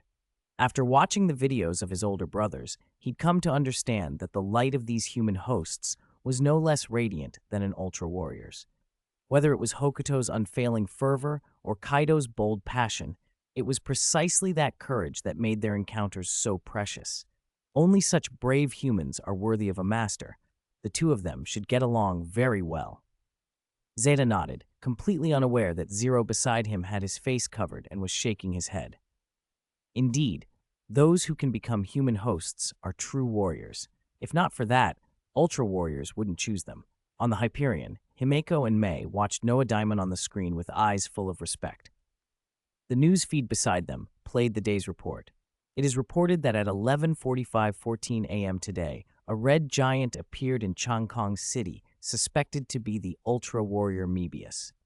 Oh man, I moved so fast but still got caught on camera, heh. Kiana rubbed the back of her head and smiled apologetically. A warrior, yeah. Not very smart, also yeah. In terms of impulsiveness, those two are surprisingly alike. May shook her head and kept watching the screen. Since Zero intervened, Noah Diamond ought to have survived, right? In a strange dimension, red ripples surged like a tide. Noah Diamond's body floated in the void. Am I done? Am I dead? His consciousness sank, about to fall into darkness like the mouth of hell. Then, like sunlight tearing through night, a warm dawn-like light swept across the space. A giant hand, shining blue-white, reached toward him. Though it seemed slow, it moved with incredible speed and caught his falling body in an instant. Noah's fading awareness recondensed the moment his body was touched. As the hand made contact, a godlike giant of light merged with him. For a beat, the whole world went silent. In that trance, Noah thought he heard a voice. Zero's voice. "Human, open your eyes. I am." Far away on the land of light, Brother Man exchanged a quick glance with Zophi. Why did the scene feel so familiar? Ah! Noah stirred among a pile of ruins. Strange. He hadn't thought he'd survive. As soon as he sat up, the boy from earlier dashed over. "Great, he's okay," the boy breathed, relieved. Noah grinned back. He wasn't dead either. Wonderful. The scene changed. Noah and the boy sat on some steps. The boy offered Noah a water bottle. Noah accepted, patted his shoulder, and smiled. "Thanks, I'm Noah. Nice to meet, huh?" He only then noticed an unfamiliar bracelet on his left wrist. "When did this get on?" Noah's eyes widened. "This is proof that I've merged with you." Zero's voice boomed in his head. "Noah, why did it feel like something was talking inside his skull?" He looked at the boy and asked, "Can you hear that?"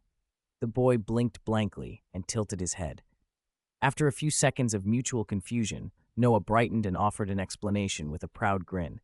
"Oh, auditory hallucination. That scene sent countless viewers into laughter. Why that reaction? Wouldn't most people respond to the voice, realize it belonged to an Ultra Warrior, and then act?" Noah even asked the child if he could hear it. Still, if you'd never heard of Ultra Warriors merging with humans, you might also think you were hallucinating, so Noah's response wasn't entirely unreasonable. Noah opened the water bottle and drank as Zero continued in his head. Listen, Noah, I am Zero, Ultraman Zero. What? Noah's eyes popped and he spat water across his face in surprise. The boy beside him jumped back. Was this thick-browed, big-eyed guy a little unhinged? Oh, Ultra Warrior? Noah stared at the bracelet in disbelief. In the transformation space, Zero didn't notice Noah's odd reaction and chuckled to himself. Hey, you saved that child. Such courage touched me. From now on, we are one in body and mind. Zero sounded delighted, thrilled to have found a brave, passionate human host. He admired Noah, imagining the adventures they'd have together, just like his father and the others. He waited eagerly for Noah's reply. Get lost, Noah said flatly. Zero blinked internally. Eh? What had that kid said? Get lost? In that tone? Don't give up, Lord Zero. Come on, enter my body. Zero begged inwardly. This is the first time I've seen a human host reject an Ultra Warrior. Viewers howled in amusement at Zero's stunned expression. After seeing hosts like Hokuto and Kaido, Noah was a whole new breed. On screen, Noah's face became very earnest as he addressed Zero directly. Who told you to enter my body? I don't want the power of an Ultra Warrior. Get out, right now. Zero, flustered, protested. No, you were near death. If I'm not in your body, you'll die. Noah smiled at the bracelet. Thanks. Then his face shifted. He tried to pry the bracelet off. But you still have to go. Get out! Roar, a giant beast's roar rolled across the city. Noah and the boy looked up. From nowhere, a massive whale-like creature with a single horn and 4 limbs had appeared. The deep-sea monster Gamora. Its blue-black gaze turned toward the two of them. Monster, Noah cried. Zero finally understood the urgency. Whoosh! The bracelet glowed, and Noah's hand flew to his face.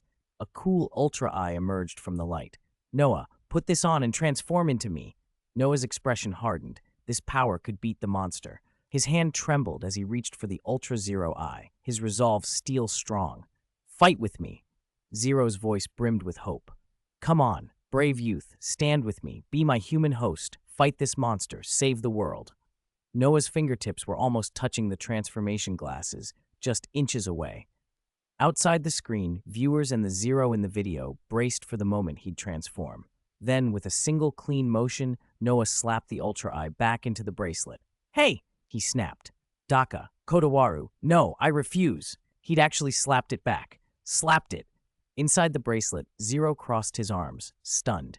Humans couldn't see Ultraman expressions, but the audience read the look loud and clear. What the heck? No one expected that. Zero had never been slapped back before. The scene sent waves of laughter and disbelief through the viewers. Here was a human unlike any before, brave, impulsive, and utterly unwilling to be commandeered. P.S. About Zero's human hosts. Some may mention Moroboshi Shin, but that character only appeared once in a 2011 stage play. Strictly speaking, he isn't a human host, but an incarnation of Zero's true form, similar to Riku, Kengo, and Mirai. 92. Zero's suffering. Ha ha ha! This human actually slapped Master's glasses back. Ha! Land of Light. Zeta laughed until he was breathless.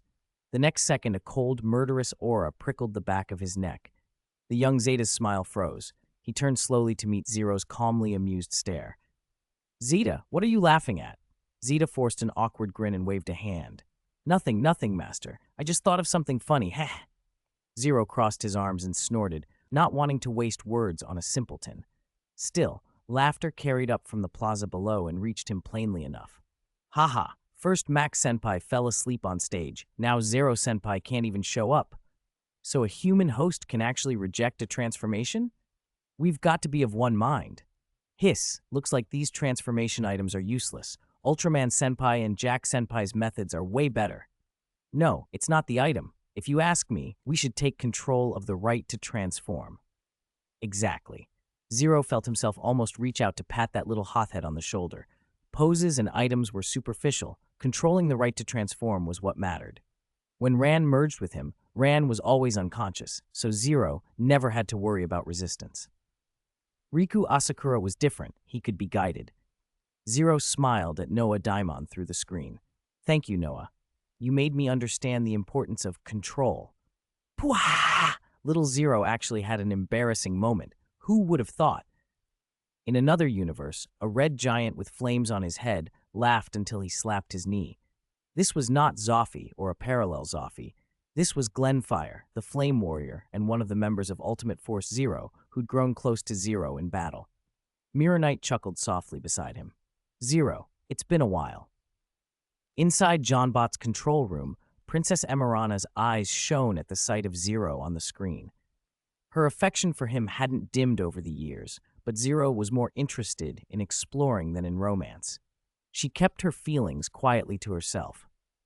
If the big brother goes, I'll go too, Jean 9 said when the group suggested visiting the Land of Light universe. Old memories stirred as they watched the footage together, and the group chatted while the video played on. On the screen, a rumble like distant thunder rolled through the footage. Boom, boom, boom. Gamora stomped relentlessly across the ground, closing in on two fleeing figures. Noah Daimon had his mouth wide as he dragged a boy along, sprinting desperately. Hey, stop running! Let me take over! Zero recovered from the shock and shouted back in frustration at Noah's stubbornness. So annoying! I absolutely don't want to become an Ultra Warrior. What? Zero couldn't understand why this host resisted so fiercely.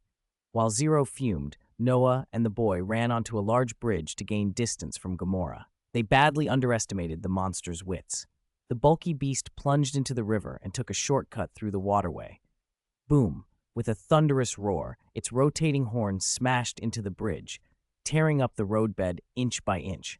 Clouds of stone and brick exploded outward. The two humans were thrown into the air by the blast. Everyone watching held their breath. They looked like ordinary people. Falling from that height should have been fatal. Gamora was still thrashing below, and Noah was still resisting transformation. Then, to everyone's astonishment, Noah held the boy, seemingly sprung of some newfound power. He bounded between flying chunks of masonry, leaping from slab to slab as if gravity no longer cared for him. Newton would be turning in his grave. After several deft jumps, Noah descended and landed squarely on Gamora's spinning horn. Oh no, oh no. Noah's face looked panic-stricken, ridiculous and terrified, balancing on the horn like a hamster on a wheel. Still, his footing never wavered. No matter how Gamora bucked and spun, it couldn't dislodge him. How is this possible? Look at my amazing sense of balance. What on earth is happening to me? Noah was half horrified, half thrilled. So noisy, Noah, because I'm inside you. This movement is a piece of cake with me. Zero's voice rang in his head, cutting through Noah's babble. The words made Zero wince. As Gamora suddenly braked, Noah was flung dozens of meters. His shoes skidded and sparked against the ground, but he was unharmed. Even his shoes were intact. Zero allowed himself a satisfied smile. See? Huh? So being a human host has bonuses like that. On the Hyperion, Kiana tapped the Mebium brace on her wrist. Little Mebius, who could have said, "You could do all that without me," kept the thought to himself and grinned. It probably varies from person to person. Even the shoes? They sparked but didn't break, Kiana said. Mebius trailed off. The scene shifted. Now a different crisis unfolded. The compassionate Ultra Warrior Cosmos was caught between two monsters, Gamora and the ancient Gomez. Cosmos moved with the swiftness of a swallow, weaving between the foes, but after only a few exchanges, he was struck by Gomez's tail and slammed to the ground. He struggled to his feet, clearly in a tough spot. Most viewers unfamiliar with Cosmos had little reaction. They were more concerned with how Zero would get through to Noah. But among those who knew Cosmos, expressions tightened. "Cosmos-senpai, why aren't you attacking?" someone asked.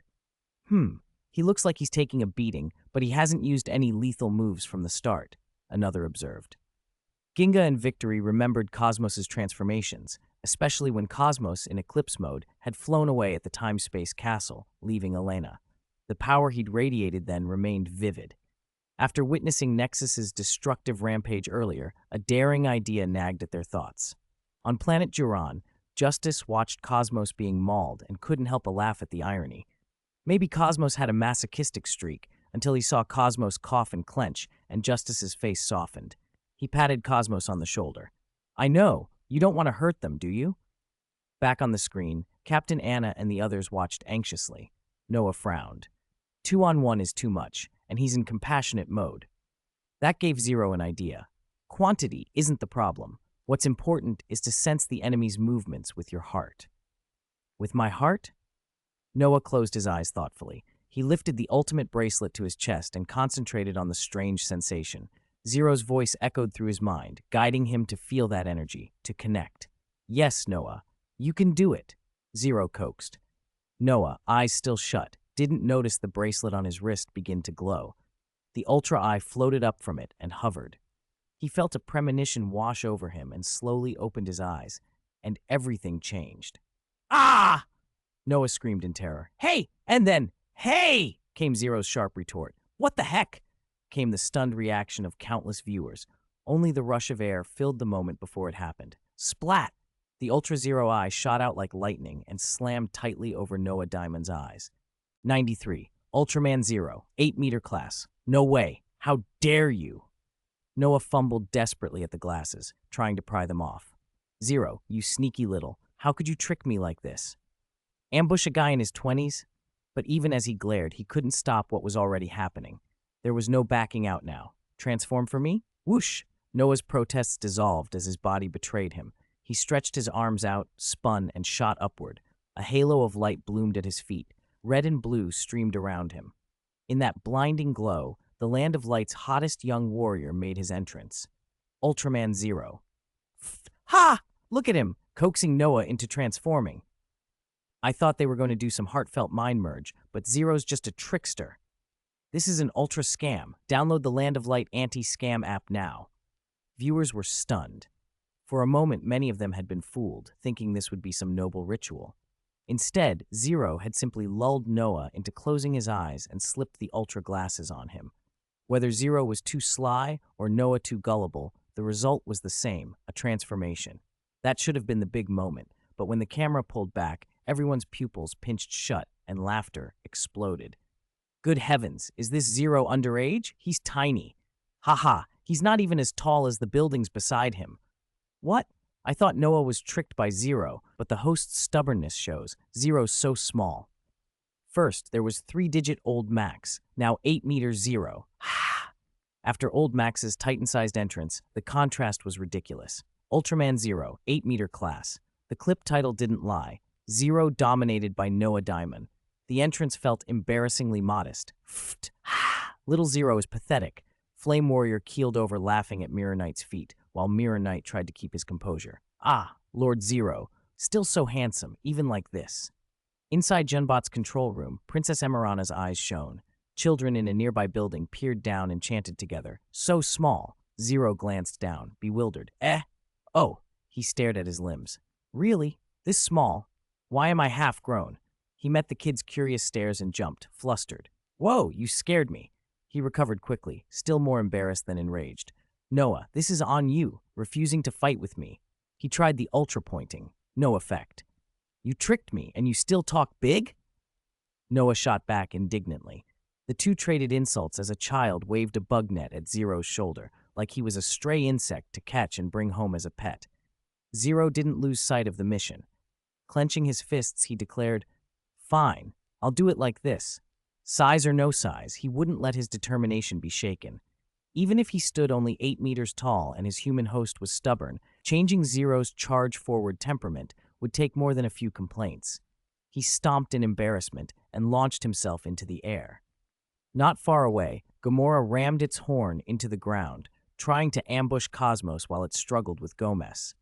Mini-Zero dove in, bracing with every ounce of strength against Gamora's massive horn and pressing himself to keep it pinned to the earth. Watch closely, Noah. Avoiding a fight won't win the future, he shouted, rallying his courage. But his boast was cut short. Gamora's horn began to spin with vicious momentum. Zero, too small to find a solid grip, lost balance. He began to spin like a little impaled tile, wheels within wheels, becoming a blur in the air. My head is so dizzy. In the transformation bubble, Noah's face went green. He looked ready to throw up. Zero fared no better. His feet sparked against the ground as the spin drove him down like a drill. He slammed into the earth, scraping and sizzing. Ow, ow, ow, so hot! Everyone watching, fans and casual viewers alike, winced. Even the impressed ladies in the background looked stunned. Land of Light veterans watched in disbelief. Master, you had this experience too? Zeta muttered, shocked as he replayed the clip. A lifetime of glory, and a single unreliable human host could turn it into farce. No wonder Zero had been cagey about his second human host. There was a small, airy whoosh, and Zero was flung away, crashing to the ground. Be serious, Noah. He picked himself up and shot skyward, managing only a glancing kick at Gomez's back. With Noah's stubborn resistance, his power output was a fraction of normal, maybe a tenth. He slid down Gomez's hide and seized its tail, grunting out in exasperation, "Why did I have to merge with someone like you? This is Ultraman Zero's lifelong failure."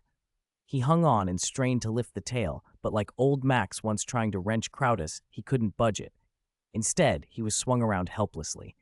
From the ground, Captain Anna finally lost her patience, grabbing a megaphone. "Stop getting swung around all the time, idiot." Idiot? The insult hit Zero like a physical blow. He had never been spoken to that way before, and he froze mid-grimace, stung more by the tone than the taunt. P.S. Apparently the original plan for Ultraman Saga was different. According to Mr. Hasegawa's early concept and proposal, Lord was meant as a lead-in to Lucifer, with Chaos, Gurren, Mirror Knight, and many other characters appearing. The final film, however, became Saga, Legend, and Ultraman Dyna facing Dark Lucifer. Seen that way, the original idea was grand in scale, but it was altered for many reasons, budgetary constraints and the earthquake at the time among them. I haven't verified whether that initial proposal is completely accurate. Idiot, idiot, idiot. Captain Anna's words rang in Zero's head like a slap, igniting something stubborn and furious in him. Being teased by a brave, beautiful captain wasn't exactly shameful, but Zero, the rising star of the Land of Light, had never been humiliated like this. Not even when he faced Belial's galactic empire alone had anyone spoken to him like that. "Taiga, this is all your fault." Shame and anger sharpened into power. Zero planted his feet as if rooted, stopped being tossed about by Gomez, and wrapped his arms tight around the giant tail. Gomez, who hadn't even noticed him, felt a chill run down its spine. That ominous, inexplicable dread. Could it be? Even weakened, Zero was still the strongest of the new generation. He drew on every reserve of strength and erupted with a force that stunned everyone. The world itself seemed to spin around Gomez as Zero suddenly launched it into the sky. Its heavy body slammed into the ground hard enough to gouge a deep crater, but before Gomez's tiny brain had time to react, a massive upward force lifted it again. Zero, a tiny figure compared to the monster, had somehow gotten under Gomez. With a heave, he pushed the beast upward, spun in midair, and hurled it back down. It was the sort of scene that left the audience breathless, as shocking as Hikari lifting burden with one hand. When an Ultra Warrior isn't fully synchronized with his human host, his strength is usually greatly diminished. Yet in a state of humiliation and fury, Zero displayed that raw, undeniable power that earned his reputation. "Now, even I," Zero shouted as he thrust Gomez into the air, spinning it so the monster could feel the same humiliation he'd felt. "Am being called an idiot." Gomez slammed back into the ground with an impact that rattled cameras. Cosmos, who had been watching quietly, took the chance to intervene. He tossed Gamora aside and raised a hand. Soft, white, warm light particles flowed from his palm, full moon ray. Gamora and Gomez were bathed in the purifying light. Their aggression faded, the monsters calmed and began to frolic beneath the setting sun. Nearby, two warriors of light, one tall, one diminutive, stood in a line, also caught in the evening glow. For viewers, the scene was almost comical. Monsters at play under the sunset, two Ultramen watching like proud guardians. Then the sky itself rippled. A Bako Seijin ship appeared out of nowhere and fired a laser at the two freshly pacified monsters. In a single thunderous explosion, Gamora and Gomez were blown to pieces. The screen cut off mid-frame. Audience? The clip ended on a cliffhanger. Yes, watching Zero's flustered, furious display had been entertaining, but a string of bigger questions nagged at everyone watching. Why were there so few humans in this world's Earth? Where was everyone? What was the Bako Seijin's goal, and why were the Ultra Warriors here? The video had shown a pattern. It would drip out answers slowly, episode by episode. Viewers just had to wait. Then the on-screen text changed. Still Zero's voice, but the message was different and abrupt. "Zero, Riku Asakura, listen, let me possess you." On a distant planet, Geed sat in a meteor crater and watched the screen with curiosity. Pegia slouched out of his shadow, carrying snacks and instant noodles. "Riku, want some snacks?" he offered. Sure, Geed said, and with a small smile he shifted his form into the likeness of Nozomu Taiga sitting down beside Pegia. When do we get to go back and see Riku Asakura and the others? And Laiha and Moa? Back on Geed's Earth, Riku Asakura was at work when his name was called from the video. He blinked, surprised. Zero's voice and my name? This is bad timing. I have a client meeting, but it's Zero. I should probably watch this, he muttered, torn but intrigued. It's a small miracle he hadn't been fired yet. Under the same curious stare of countless viewers, the new clip began. A building shook, concrete cracked and fell. A boy in the street looked up, frozen in terror, as huge chunks of rubble rained down. The camera settled on a young man in glasses and office clothes, Igarashi Riku Asakura.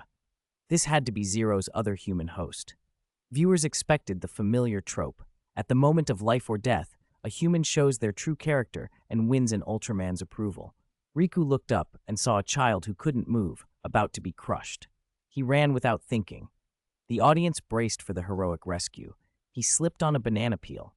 The moment was almost painfully comic. Riku skidded across the pavement, tumbled onto the road, and into the path of a speeding truck. The camera lingered on a lone shoe rolling several times. Chat exploded. What kind of isekai reincarnation plot is this? I respect a heroic saver, but this opening is ridiculous. Go ahead and laugh. Take my merit later. This has a similar charm to Nozomu Taiga. Is that Zero nearby?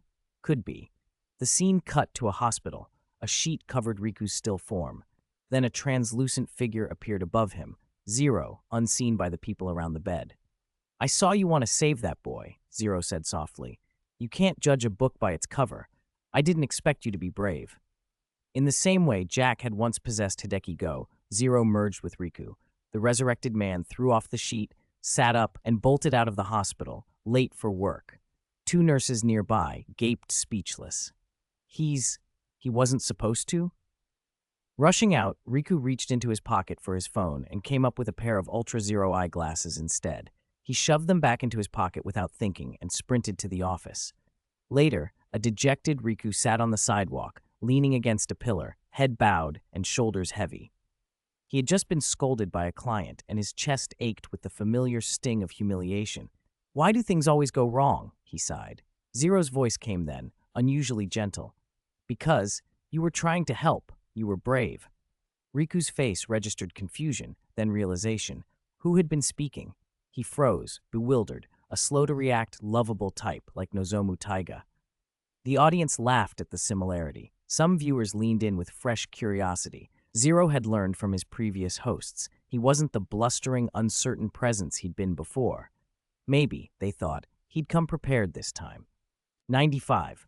Cosmic Rogue beats up Earth Rogue. Riku Asakura pressed his fingers to his temples, and after checking that no one was around, began to wonder if he was hallucinating.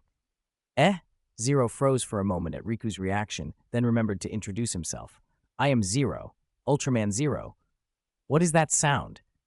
To save you I had no choice. I fused with you and healed your injuries. I can hear it even with my ears plugged? Riku stuffed his fingers in his ears and looked around in a panic. What's happening? This is terrifying. Fusing with you helped me too. I was badly hurt and haven't fully recovered yet. They talked past each other, a perfect picture of crossed wires. The audience watching the broadcast all thought the same thing. If this were Noah Daimon, he'd already be yelling at Zero to get out of his body and starting a fight. But unlike the Noah situation, Zero was gentle this time, no hot-blooded intensity.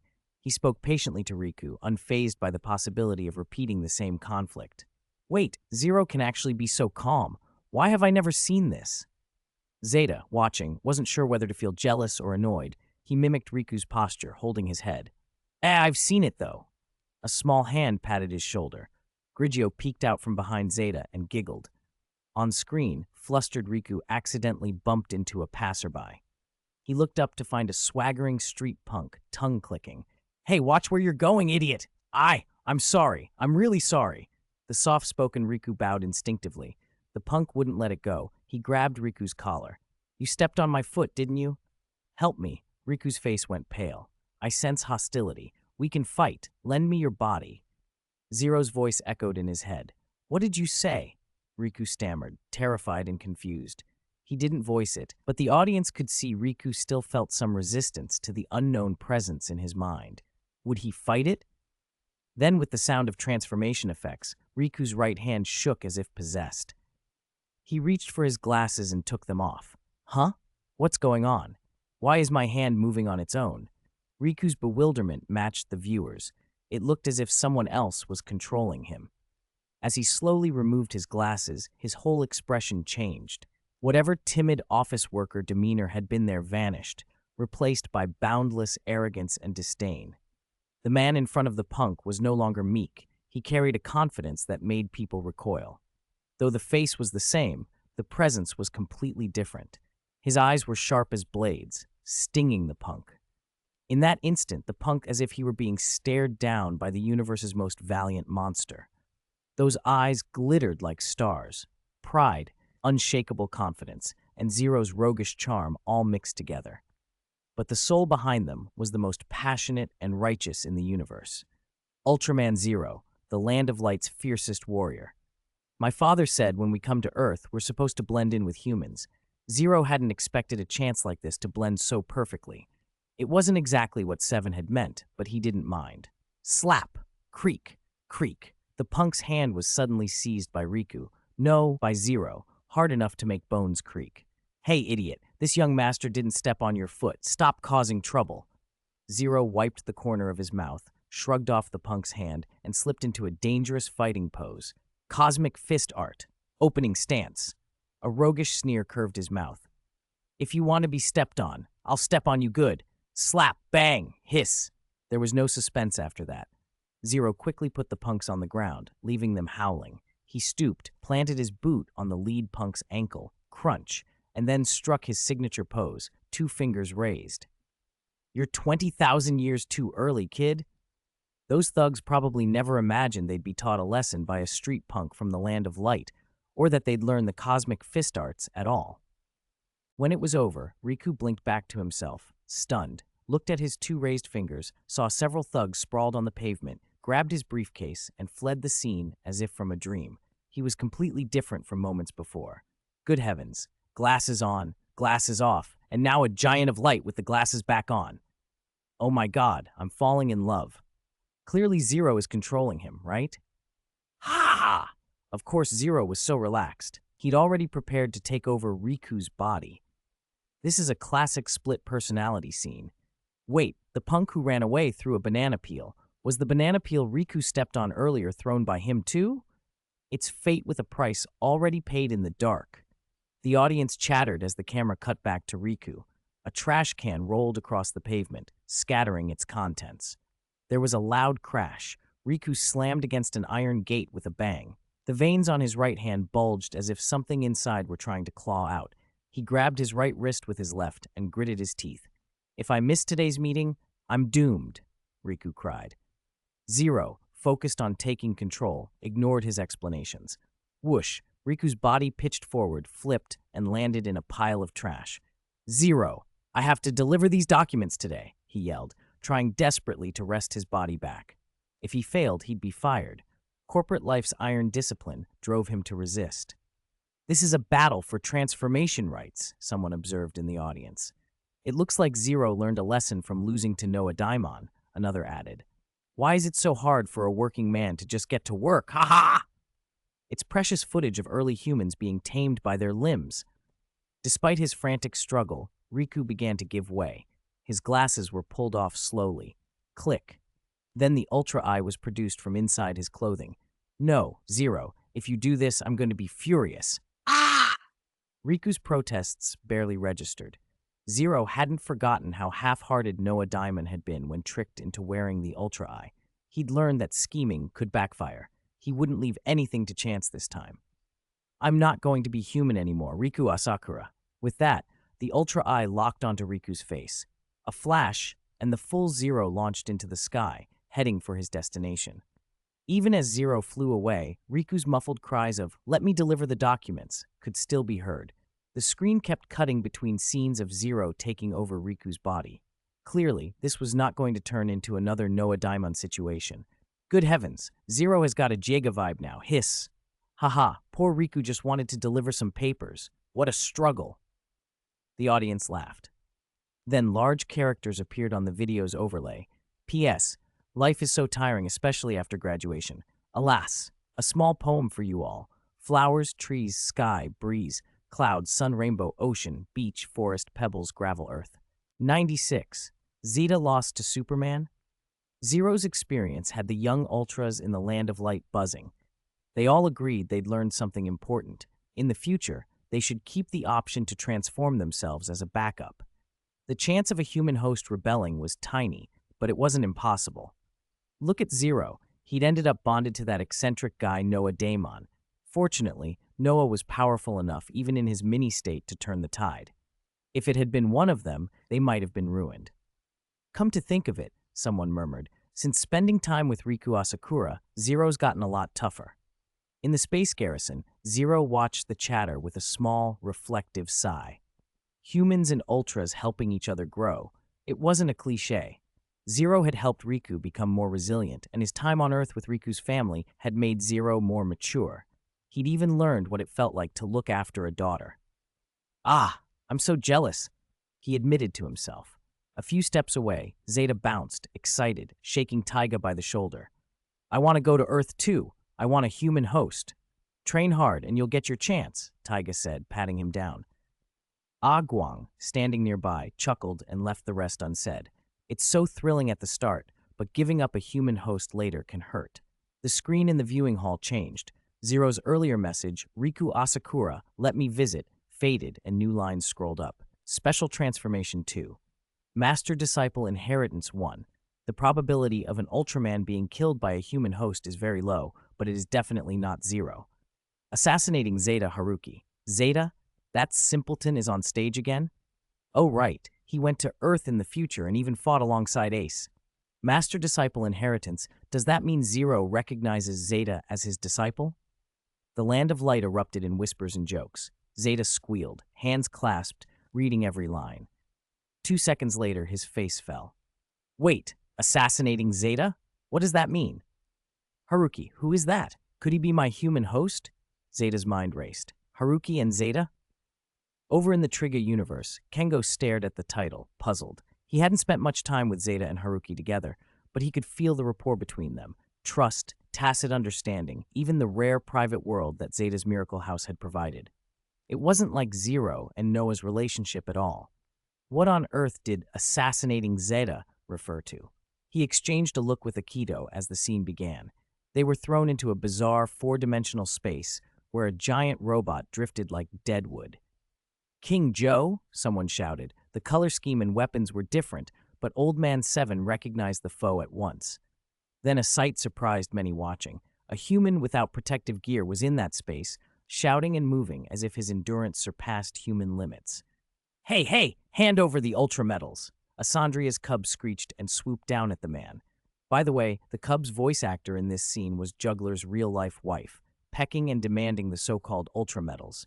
Ouch, ouch, stop biting, that hurts, let go! The human, Haruki, pushed the cub aside. Ultra Metals, could it be? Hikari squinted at Haruki's hands. That's the Z-Riser he made. Why did it end up in this boy's possession? Guang's mind snapped things together. He clapped a hand on Zeta's shoulder. That's him. Him? Your future human host. My human host? For the first time, the young Ultraman saw his pilot. Haruki was a thick-browed, bright-eyed kid with a fighting spirit that made Zeta's chest literally ache with pride. Haruki, I remember your name.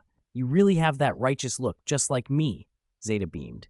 Zero nodded, thoughtful. Is this Zeta's human host? He really is a simpleton, just like Zeta. Then a pirate-like alien charged in everyone's view. Blue-green ear tufts like cat ears crowned his head. A spiral-shaped mouth sat between bright blue eyes, and spiral patterns wound across his body. The pirate alien, Barasa, someone called. The alien who wants to be Pirate King. The Barasa alien lunged wildly to snatch Haruki's Ultra Metals, but the Earth Boy was unexpectedly strong. He threw karate blows and blocked in that four-dimensional field with bare hands, holding his own against the alien. Even Ultras are impeded in that space. For a human to move so effectively was shocking. Zeta watched, delighted. His future partner was impressive. When the Barasa alien brandished a long knife, Haruki couldn't safely block with his body. He pulled out the Z-Riser to defend himself. Bang! Clang! Metal rang against metal.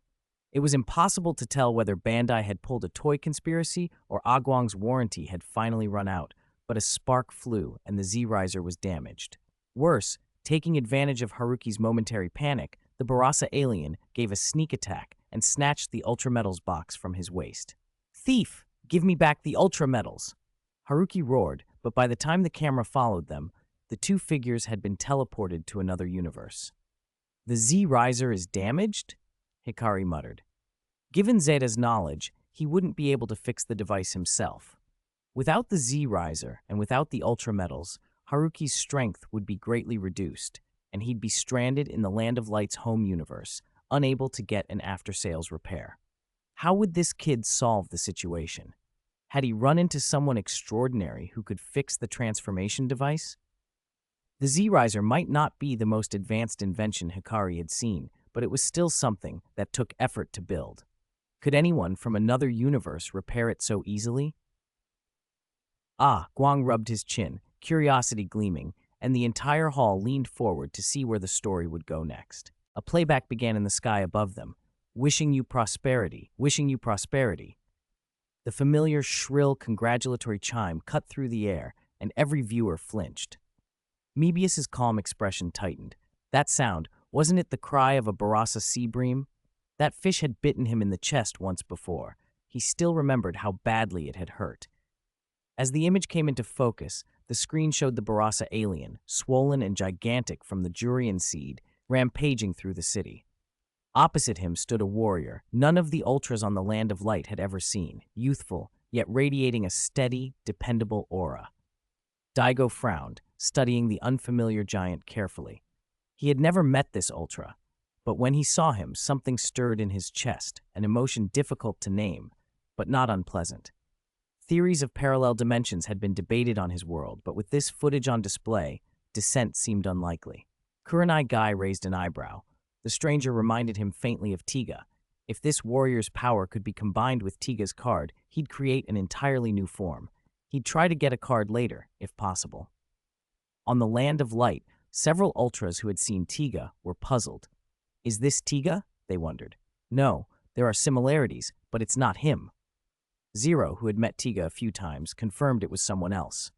Zeta, watching from the sidelines, brimmed with interest at the idea of meeting new allies once he journeyed to Earth. The narration in the broadcast introduced the warrior. This Ultra confronting the Barasa alien is Triga from another dimension. The battle rolled on. The Barasa alien produced a gigantic, yellowish-brown sea bream with blood-red eyes from who knew where. The fish flapped and was hurled forward. Triga, unfamiliar with the thing, reflexively caught it, only to hear a sickening crunch as the sea bream clamped down on his chest. Mebius and Hikari both instinctively patted their torsos. That disgusting fish had a nasty habit of biting chests. While Triga wrestled with the fish, the Barasa alien plunged a hand into its four-dimensional chrysanthemum and produced a long, boomerang-shaped blade.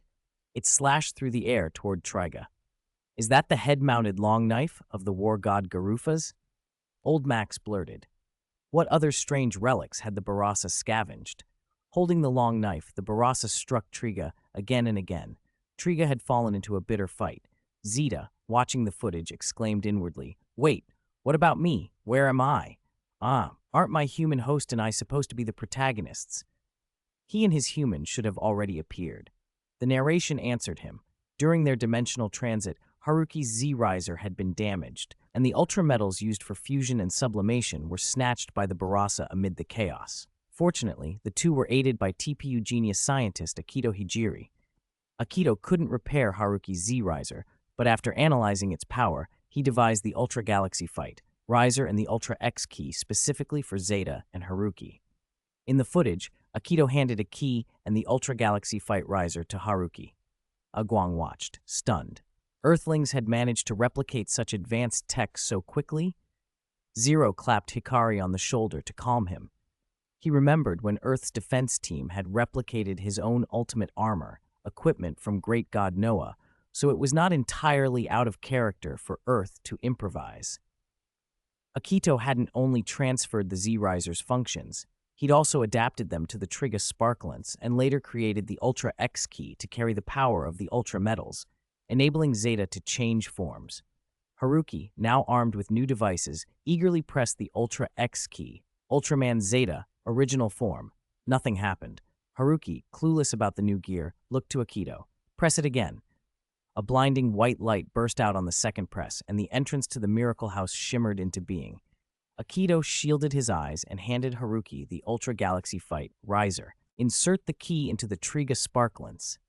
But Haruki was already impatient. I got it, thanks Akito, he said, and rushed into the Miracle House. The entrance snapped shut behind him, and Akito's last instructions about opening the gun's muzzle went unheard. Zeta, Akito made this for us, Haruki shouted, brandishing the sparklance and the key toward the waiting Zeta. On the Land of Light, Zeta was ecstatic. Is this my transformation scene? I can't wait, he thought, imagining his human calling his name. He had almost forgotten the video's theme. Inside the Miracle House, Haruki slammed the Ultra X key into the sparklance. Activation complete. Zestium. Hikari blinked. Zestium? Isn't that the name of Zeta's finishing move? The Ultra Galaxy Fight, Riser didn't look like a transformation device so much as an offensive weapon, unless it could change form somehow. Ah Guang smirked. It seemed Haruki was the sort of reckless human who'd leap before he learned how things worked. Haruki hadn't learned the tutorial. Like someone using a submachine gun as if it were a bow, he yelled his catchphrase and pulled the trigger. Yo, let's go, Haruki. Osu, call out my name, Ultraman Zeta. He pulled the trigger. A dazzling blue beam blasted from the sparklance, nearly striking Zeta, who was standing right behind him. Zeta leapt aside, startled. What are you doing? Haruki? I don't know, Haruki said, staring at the gun. Hadn't Akito just told him to pull the trigger? Did it need to be pressed twice? On a hunch, Haruki pulled the trigger again. Another Zestium beam erupted. The beam ricocheted around the Miracle House, and with a perverse bit of timing, it struck Zeta square on the toe. He yelped and hopped, clutching his foot. Ow, that hurts! Ah, I'm so sorry. Did I hit you? Haruki blurted, apologizing profusely. Zeta, utterly aghast, had never imagined a day would come when he'd be smacked by his own finishing move, delivered by his deeply cherished human host. Luckily, Zeta had plenty of HP, otherwise he might have lit up red. Max, watching, hid a grin and gave the kid credit. Being hit by your own beam and surviving, that was the mark of a promising Ultra. Another Ultra who favored dental hygiene nodded in sympathy. When I practiced my beam in the valley, he mused, I did something just as foolish. The legacy of light indeed lived on. P.S. There are plenty of bizarre transformations. Hokuto and Yuko alone are ridiculous enough. For brevity, I won't list them all. After Haruki's solo takedown of Zeta, there'll probably be a short side story. The rest will wait for later as the main tale of a new Ultra unfolds. How many readers can guess who that will be? Are there still people afraid of heights these days? The chat mocked, then doubled down in delight. Is this the human host usurping the scene? Zeta lost to Haruki? No way. Haruki's the one who planned to take down Ultraman Zeta. First, the master barges into the human host. Then the disciple almost gets solo killed by the host. What kind of light inheritance is this? Zeta's a tank. Getting hit by that Zestium ray barely fazed him. And it hit his toe. Imagine stubbing your big toe on concrete with a nail in it. Countless viewers laughed and traded barbs about masters and disciples. On screen, Zeta groaned twice and hissed, half in pain, half in exasperation. Careful, Haruki. Didn't you ask how to use this? He snapped. Haruki looked helpless, like a student who had written nothing but solution at the top of a hard math paper. I only heard this step. Zeta stared at the hypergun, at the front end of the device, then brightened as if a light bulb had gone off. There, right there, you have to open it. Click. Haruki did as told. The tip of the hypergun folded and reconfigured, and in an instant, it became the Trigga Sparklance. Haruki's eyes went wide. Orb, watching, nearly had a panic attack at the antiquated simplicity of it all. Why are there still transformation devices that don't auto-open? He thought, comparing it nostalgically to Hikari's modern gear. Still, after a hurried run-through in the Miracle House about the differences between Agwang's gadgets and Earth tech, the two managed the transformation.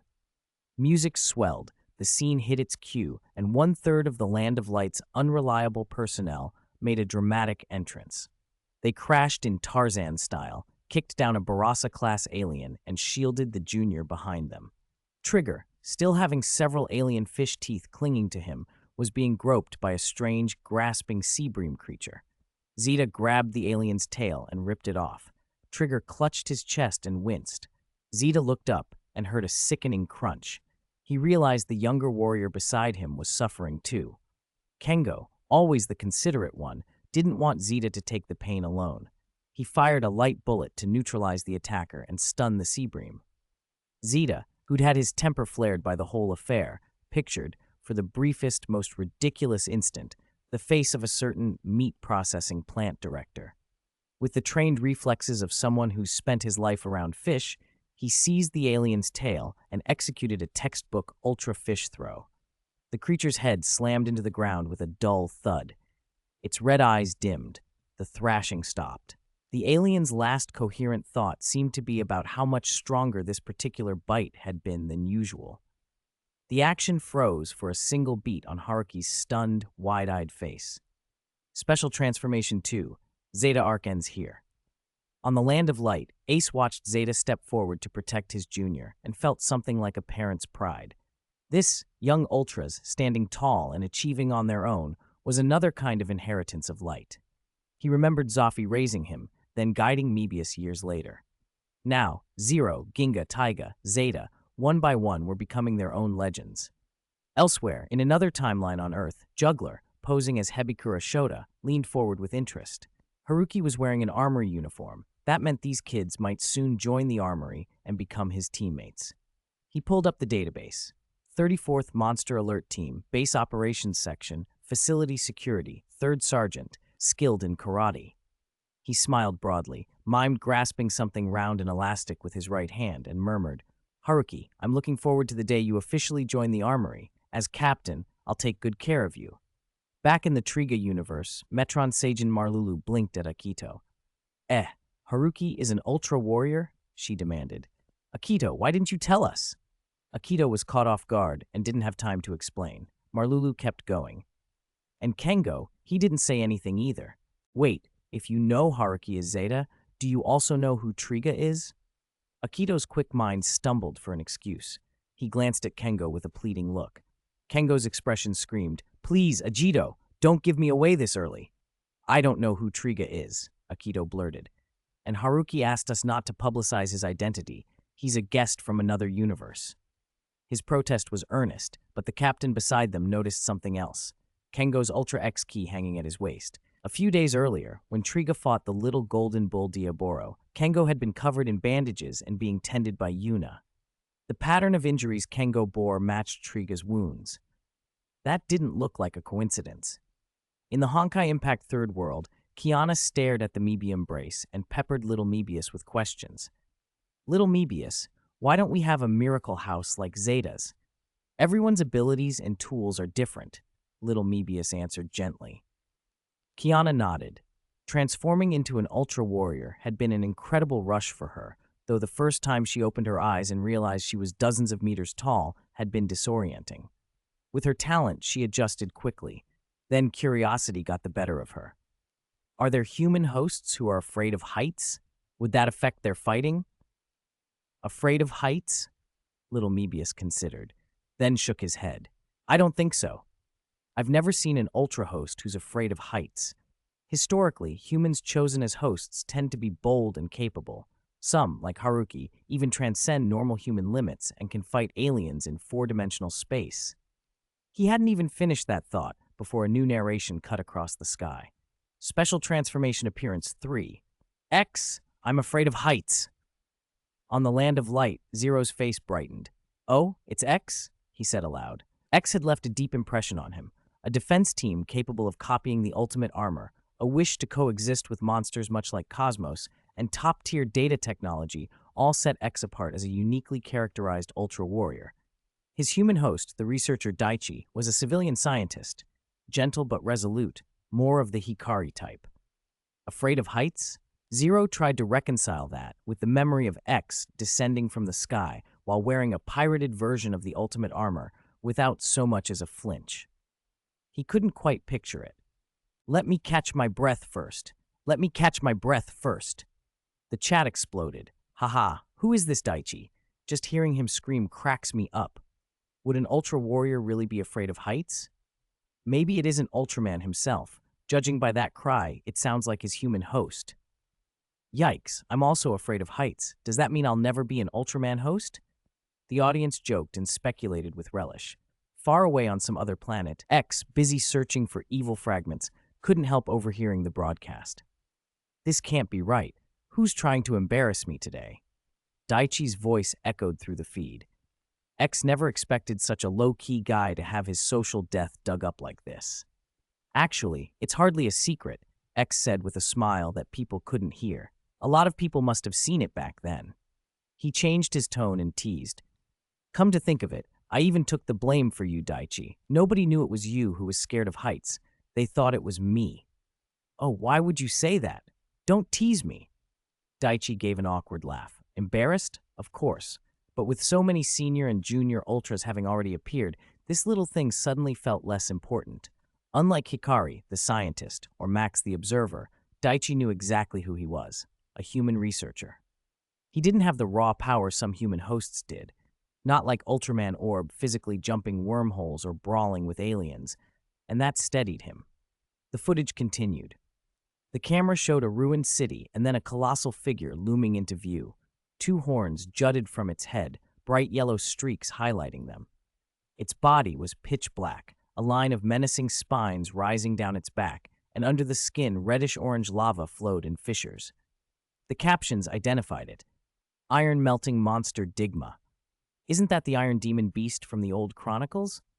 Legend says when a sinister light hangs in the sky, the disaster god Digma, who burns the earth, will awaken. Its skin is as black as my gacha luck, with streaks of blood red. Digma tore through skyscrapers like they were toys. Amid the rubble, two members of the defense team staggered, supporting each other, Daichi Ozora and Asuna Yamase. They tried desperately to flee the monster's reach. Suddenly, Daichi stopped, as if remembering something. He grabbed at his waist and panicked. "Gamora's gone! Gamora, where are you?"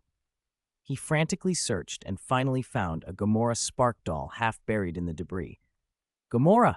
Daichi broke free of Asuna's grasp, ignored her calls, and dashed to pick up the doll. Is he seriously risking his life for a toy? The monster's right behind him, and he runs to pick up a doll? Could it mean something? A caption flashed across the screen to explain. The Gamora spark doll was one of the mementos left to Daichi by his parents. It was a keepsake from his late parents. No wonder he treasured it. Back on a remote planet, two ultras watching the feed wondered about the spark dolls. How did the spark dolls in X's world originate? Jinga mused, stroking his chin. They were almost identical to the spark dolls he knew. Victory shook his head. I don't know either, though X once mentioned casually that their origin seems tied to some mysterious entity called Bandai, but he wasn't certain what that was. Let's just keep watching, Jinga said, and they turned back to the screen. Digma saw the tiny human beneath his foot.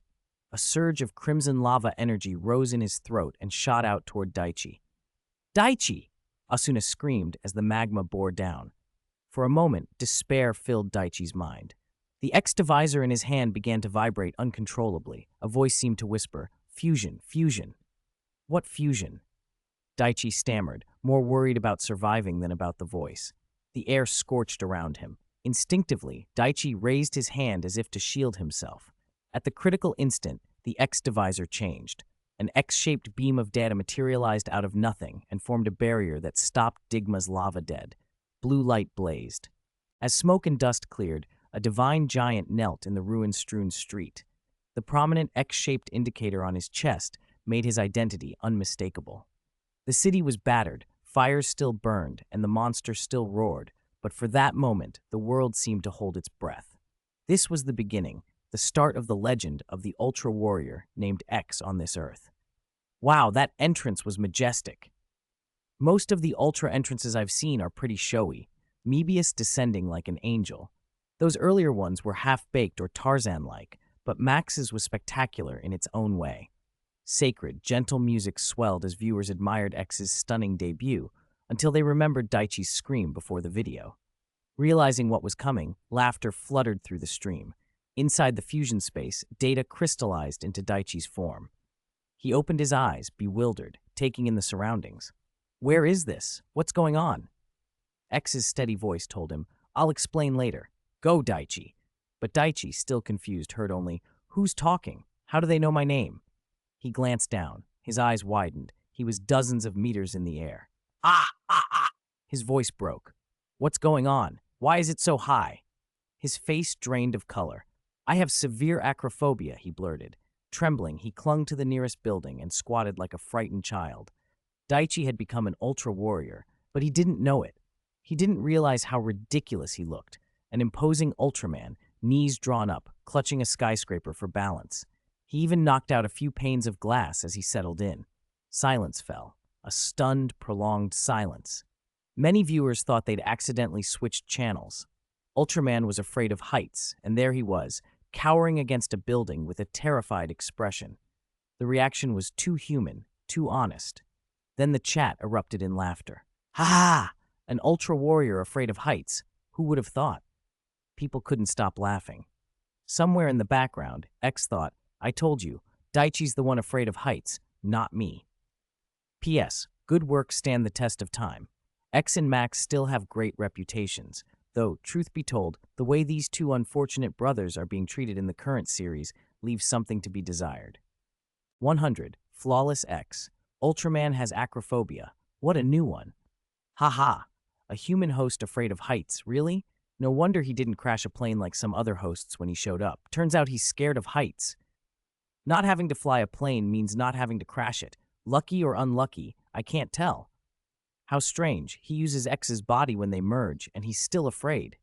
The first time is always like this. Hey, why is X wearing headphones? They actually look pretty cool. The viewers watching the live feed were in stitches at X's very human reaction. The idea that Daichi, who suffered from acrophobia, might be the host for Ultraman X raised a lot of questions. It wasn't as absurd as Zero's saga with Noah Diamond, but it could still affect X's fighting ability. How would they manage in their first real battle? Too high, hold on. Daichi hunched over like a man about to fall, terrified. X hadn't expected this and sounded incredulous. What's high? You've just grown bigger. You're not going to fall. How could 45 meters be terrifying? You could look at your toes and not feel it, right? No wonder he'd never seen Daichi in a cockpit. Roar. A roar cut through the chaos. Daichi glanced in the direction the sound came from, and, through X's perspective, his jaw dropped. Digma had appeared with heavy steps and a ferocious snarl. Don't come any closer! Unready and panicked, Daichi instinctively flailed to block it. Digma snapped, bit his arm, and hurled him to the ground. Ah! X grabbed at Digma's neck, but the monster threw him off and knocked him rolling across the rubble. Daichi had no combat experience and was completely overwhelmed. He couldn't bring X's full power to bear. He threw wild, uncoordinated punches and kept getting knocked down. Back in the transformation interface, his face was a portrait of fear, hunched shoulders, hands over his face. The viewers laughed even harder. This was a civilian through and through. Land of Light civilians were something else. On screen, X was exasperated but tried to coach him. Hey, stop being timid. You can't fight if you're like this. Huh? Fight? Me? No way, Daichi thought. He was just a lab scientist from an experimental team who'd never even flown a jet. How could he possibly fight? Before X could finish, Digma fired a scorching beam straight at his chest. Boom! A huge explosion scattered sparks and debris. X staggered and was blasted back, smashing the tall building behind him into ruins. It's hot! It's burning! Daichi teetered on the edge of tears, shaking his hands. X, sounding like a patient teacher, urged him on. Calm down. You got hit and you're okay, right? Daichi realized he wasn't injured and began to calm. We already merged. If we work together, we can beat that monster. How do we work together? First, breathe. Accept your weakness and you'll be stronger. Learn to use your power. X guided him step by step like an old mentor. Watching Daichi start to listen, Zero, watching the same feed, gritted his teeth. Compared to other human hosts, Daichi looked like an angel. Next door, Zeta's Ultraman orb also seemed to have a model human. Noah Daimon, don't make me catch you slacking off, he thought. Daichi! Asuna's voice cut through the wreckage. She still didn't know Daichi had merged with X. She was searching the ruins for the missing scientist. Her call, though, drew Digma's attention. The monster sprouted red thorns along its back and spewed molten fire from its gaping maw. The heat hit the ground long before the creature did. "Asuna!" Daichi's shout ripped through him. His concern for the woman he liked dumped all his fear of heights and fighting aside. His trembling body surged with new strength. X slid between Asuna and the incoming inferno and took the blast to his chest. He blocked it. It looks like Daichi's finally found his courage. "Go, Daichi! Do us proud, human scientist!" Viewers cheered wildly at the sight. Starting out flawed and gradually overcoming fear resonated more than some perfect hero's instant prowess. Asuna was bewildered that the giant had protected her, but the giant's eyes gave her a vague, inexplicable sense of familiarity. Daichi, too, exhaled. He had protected Asuna. "Did I block it?" he asked, surprised and delighted. "You did well just now," X said, smiling in his voice. Resisting the beam had left a faint ache across his chest, but he praised Daichi without complaint. Bolstered by that praise and ignited by anger at Digma's threat to Asuna, Daichi's fear fell away. A focused determination to protect her replaced it. X straightened, the X timer on his chest glowing. "Zanadium!" Their battle cry opened the fight in earnest. X unleashed a barrage of punches and kicks. Muffled thuds and shockwaves radiated from each hit, and Digma howled in pain. "Come on, big brother giant of light, beat that monster. Hit its horns. I've always hated those two yellow-tinted streaks. Rip them off." Now that the nearby civilians had retreated to safe vantage points, they cheered together for the giant who had defended humanity. Digma charged fiercely, slamming X to the ground and rolling him. Daichi and X, fired up, sprang up and slammed their fists hard into the earth, gouging a deep pit. Daichi was striking the ground with all his newfound resolve. After another exchange, X's chest light flashed red. Was their fusion reaching its limit? "Is time up?" Daichi panicked. "The fusion time is almost over," X said calmly. While they were talking, CO sent fighter jets to harry Digma and cover X. They didn't know the giant's origins, but he had chosen to help them. How could they not respond with support? No Earth Defense Force would harm a friendly giant of light, right? The CO team operated on mutual trust. No Hokuto-branded pressure monsters, no 7-brand iron crutches and jeeps, and certainly no plans to seize a human host for dissection. It was camaraderie and relief all around. "Your teammates are reliable," X said sincerely. Daichi smiled and answered with resolve. "Yes, let's go." Golden light flared. X brushed his timer with his right hand and drew a circle on the ground with his left foot to gather energy. Data-like particles crackled around him like lightning. His arms crossed, and the power surged until it burst outward in a blinding X-shaped beam. Zanadium ray. Direct hit. The recoil sent X back, plowing 2 furrows into the earth. The blue beam engulfed Digma. In an instant, the monster shattered into fragments. Flames and smoke climbed into the sky. Digma was defeated. The data-like arcs of light in the air condensed into a little shining sprite. First battle won. Viewers on both sides of the screen erupted in thunderous cheers. The victorious X rose and flew into the sky, disappearing from sight. "Quick, use the surveillance satellites to track the giant's position," the captain ordered, anxious about the mysterious ally. But the XEO team was surprised. After X flew off, all traces vanished as if he had never been there. "Using that move proves we've fully merged. For your first time, you did great," X praised Daichi afterward. Many viewers fell in love with his gentle, soothing voice. Wait, wasn't Daichi afraid of heights? Why did they fly? With X's encouragement, Daichi overcame it. Besides, doesn't an Ultraman usually fly after a fight? X is just too kind. "I'm buying a pair of headphones like his right now." He encouraged Daichi the whole time, so different from that bickering pair. Perfect, and his voice too. Amid the frenzy of praise, X already seemed flawless to the audience. But the video feed was not over yet.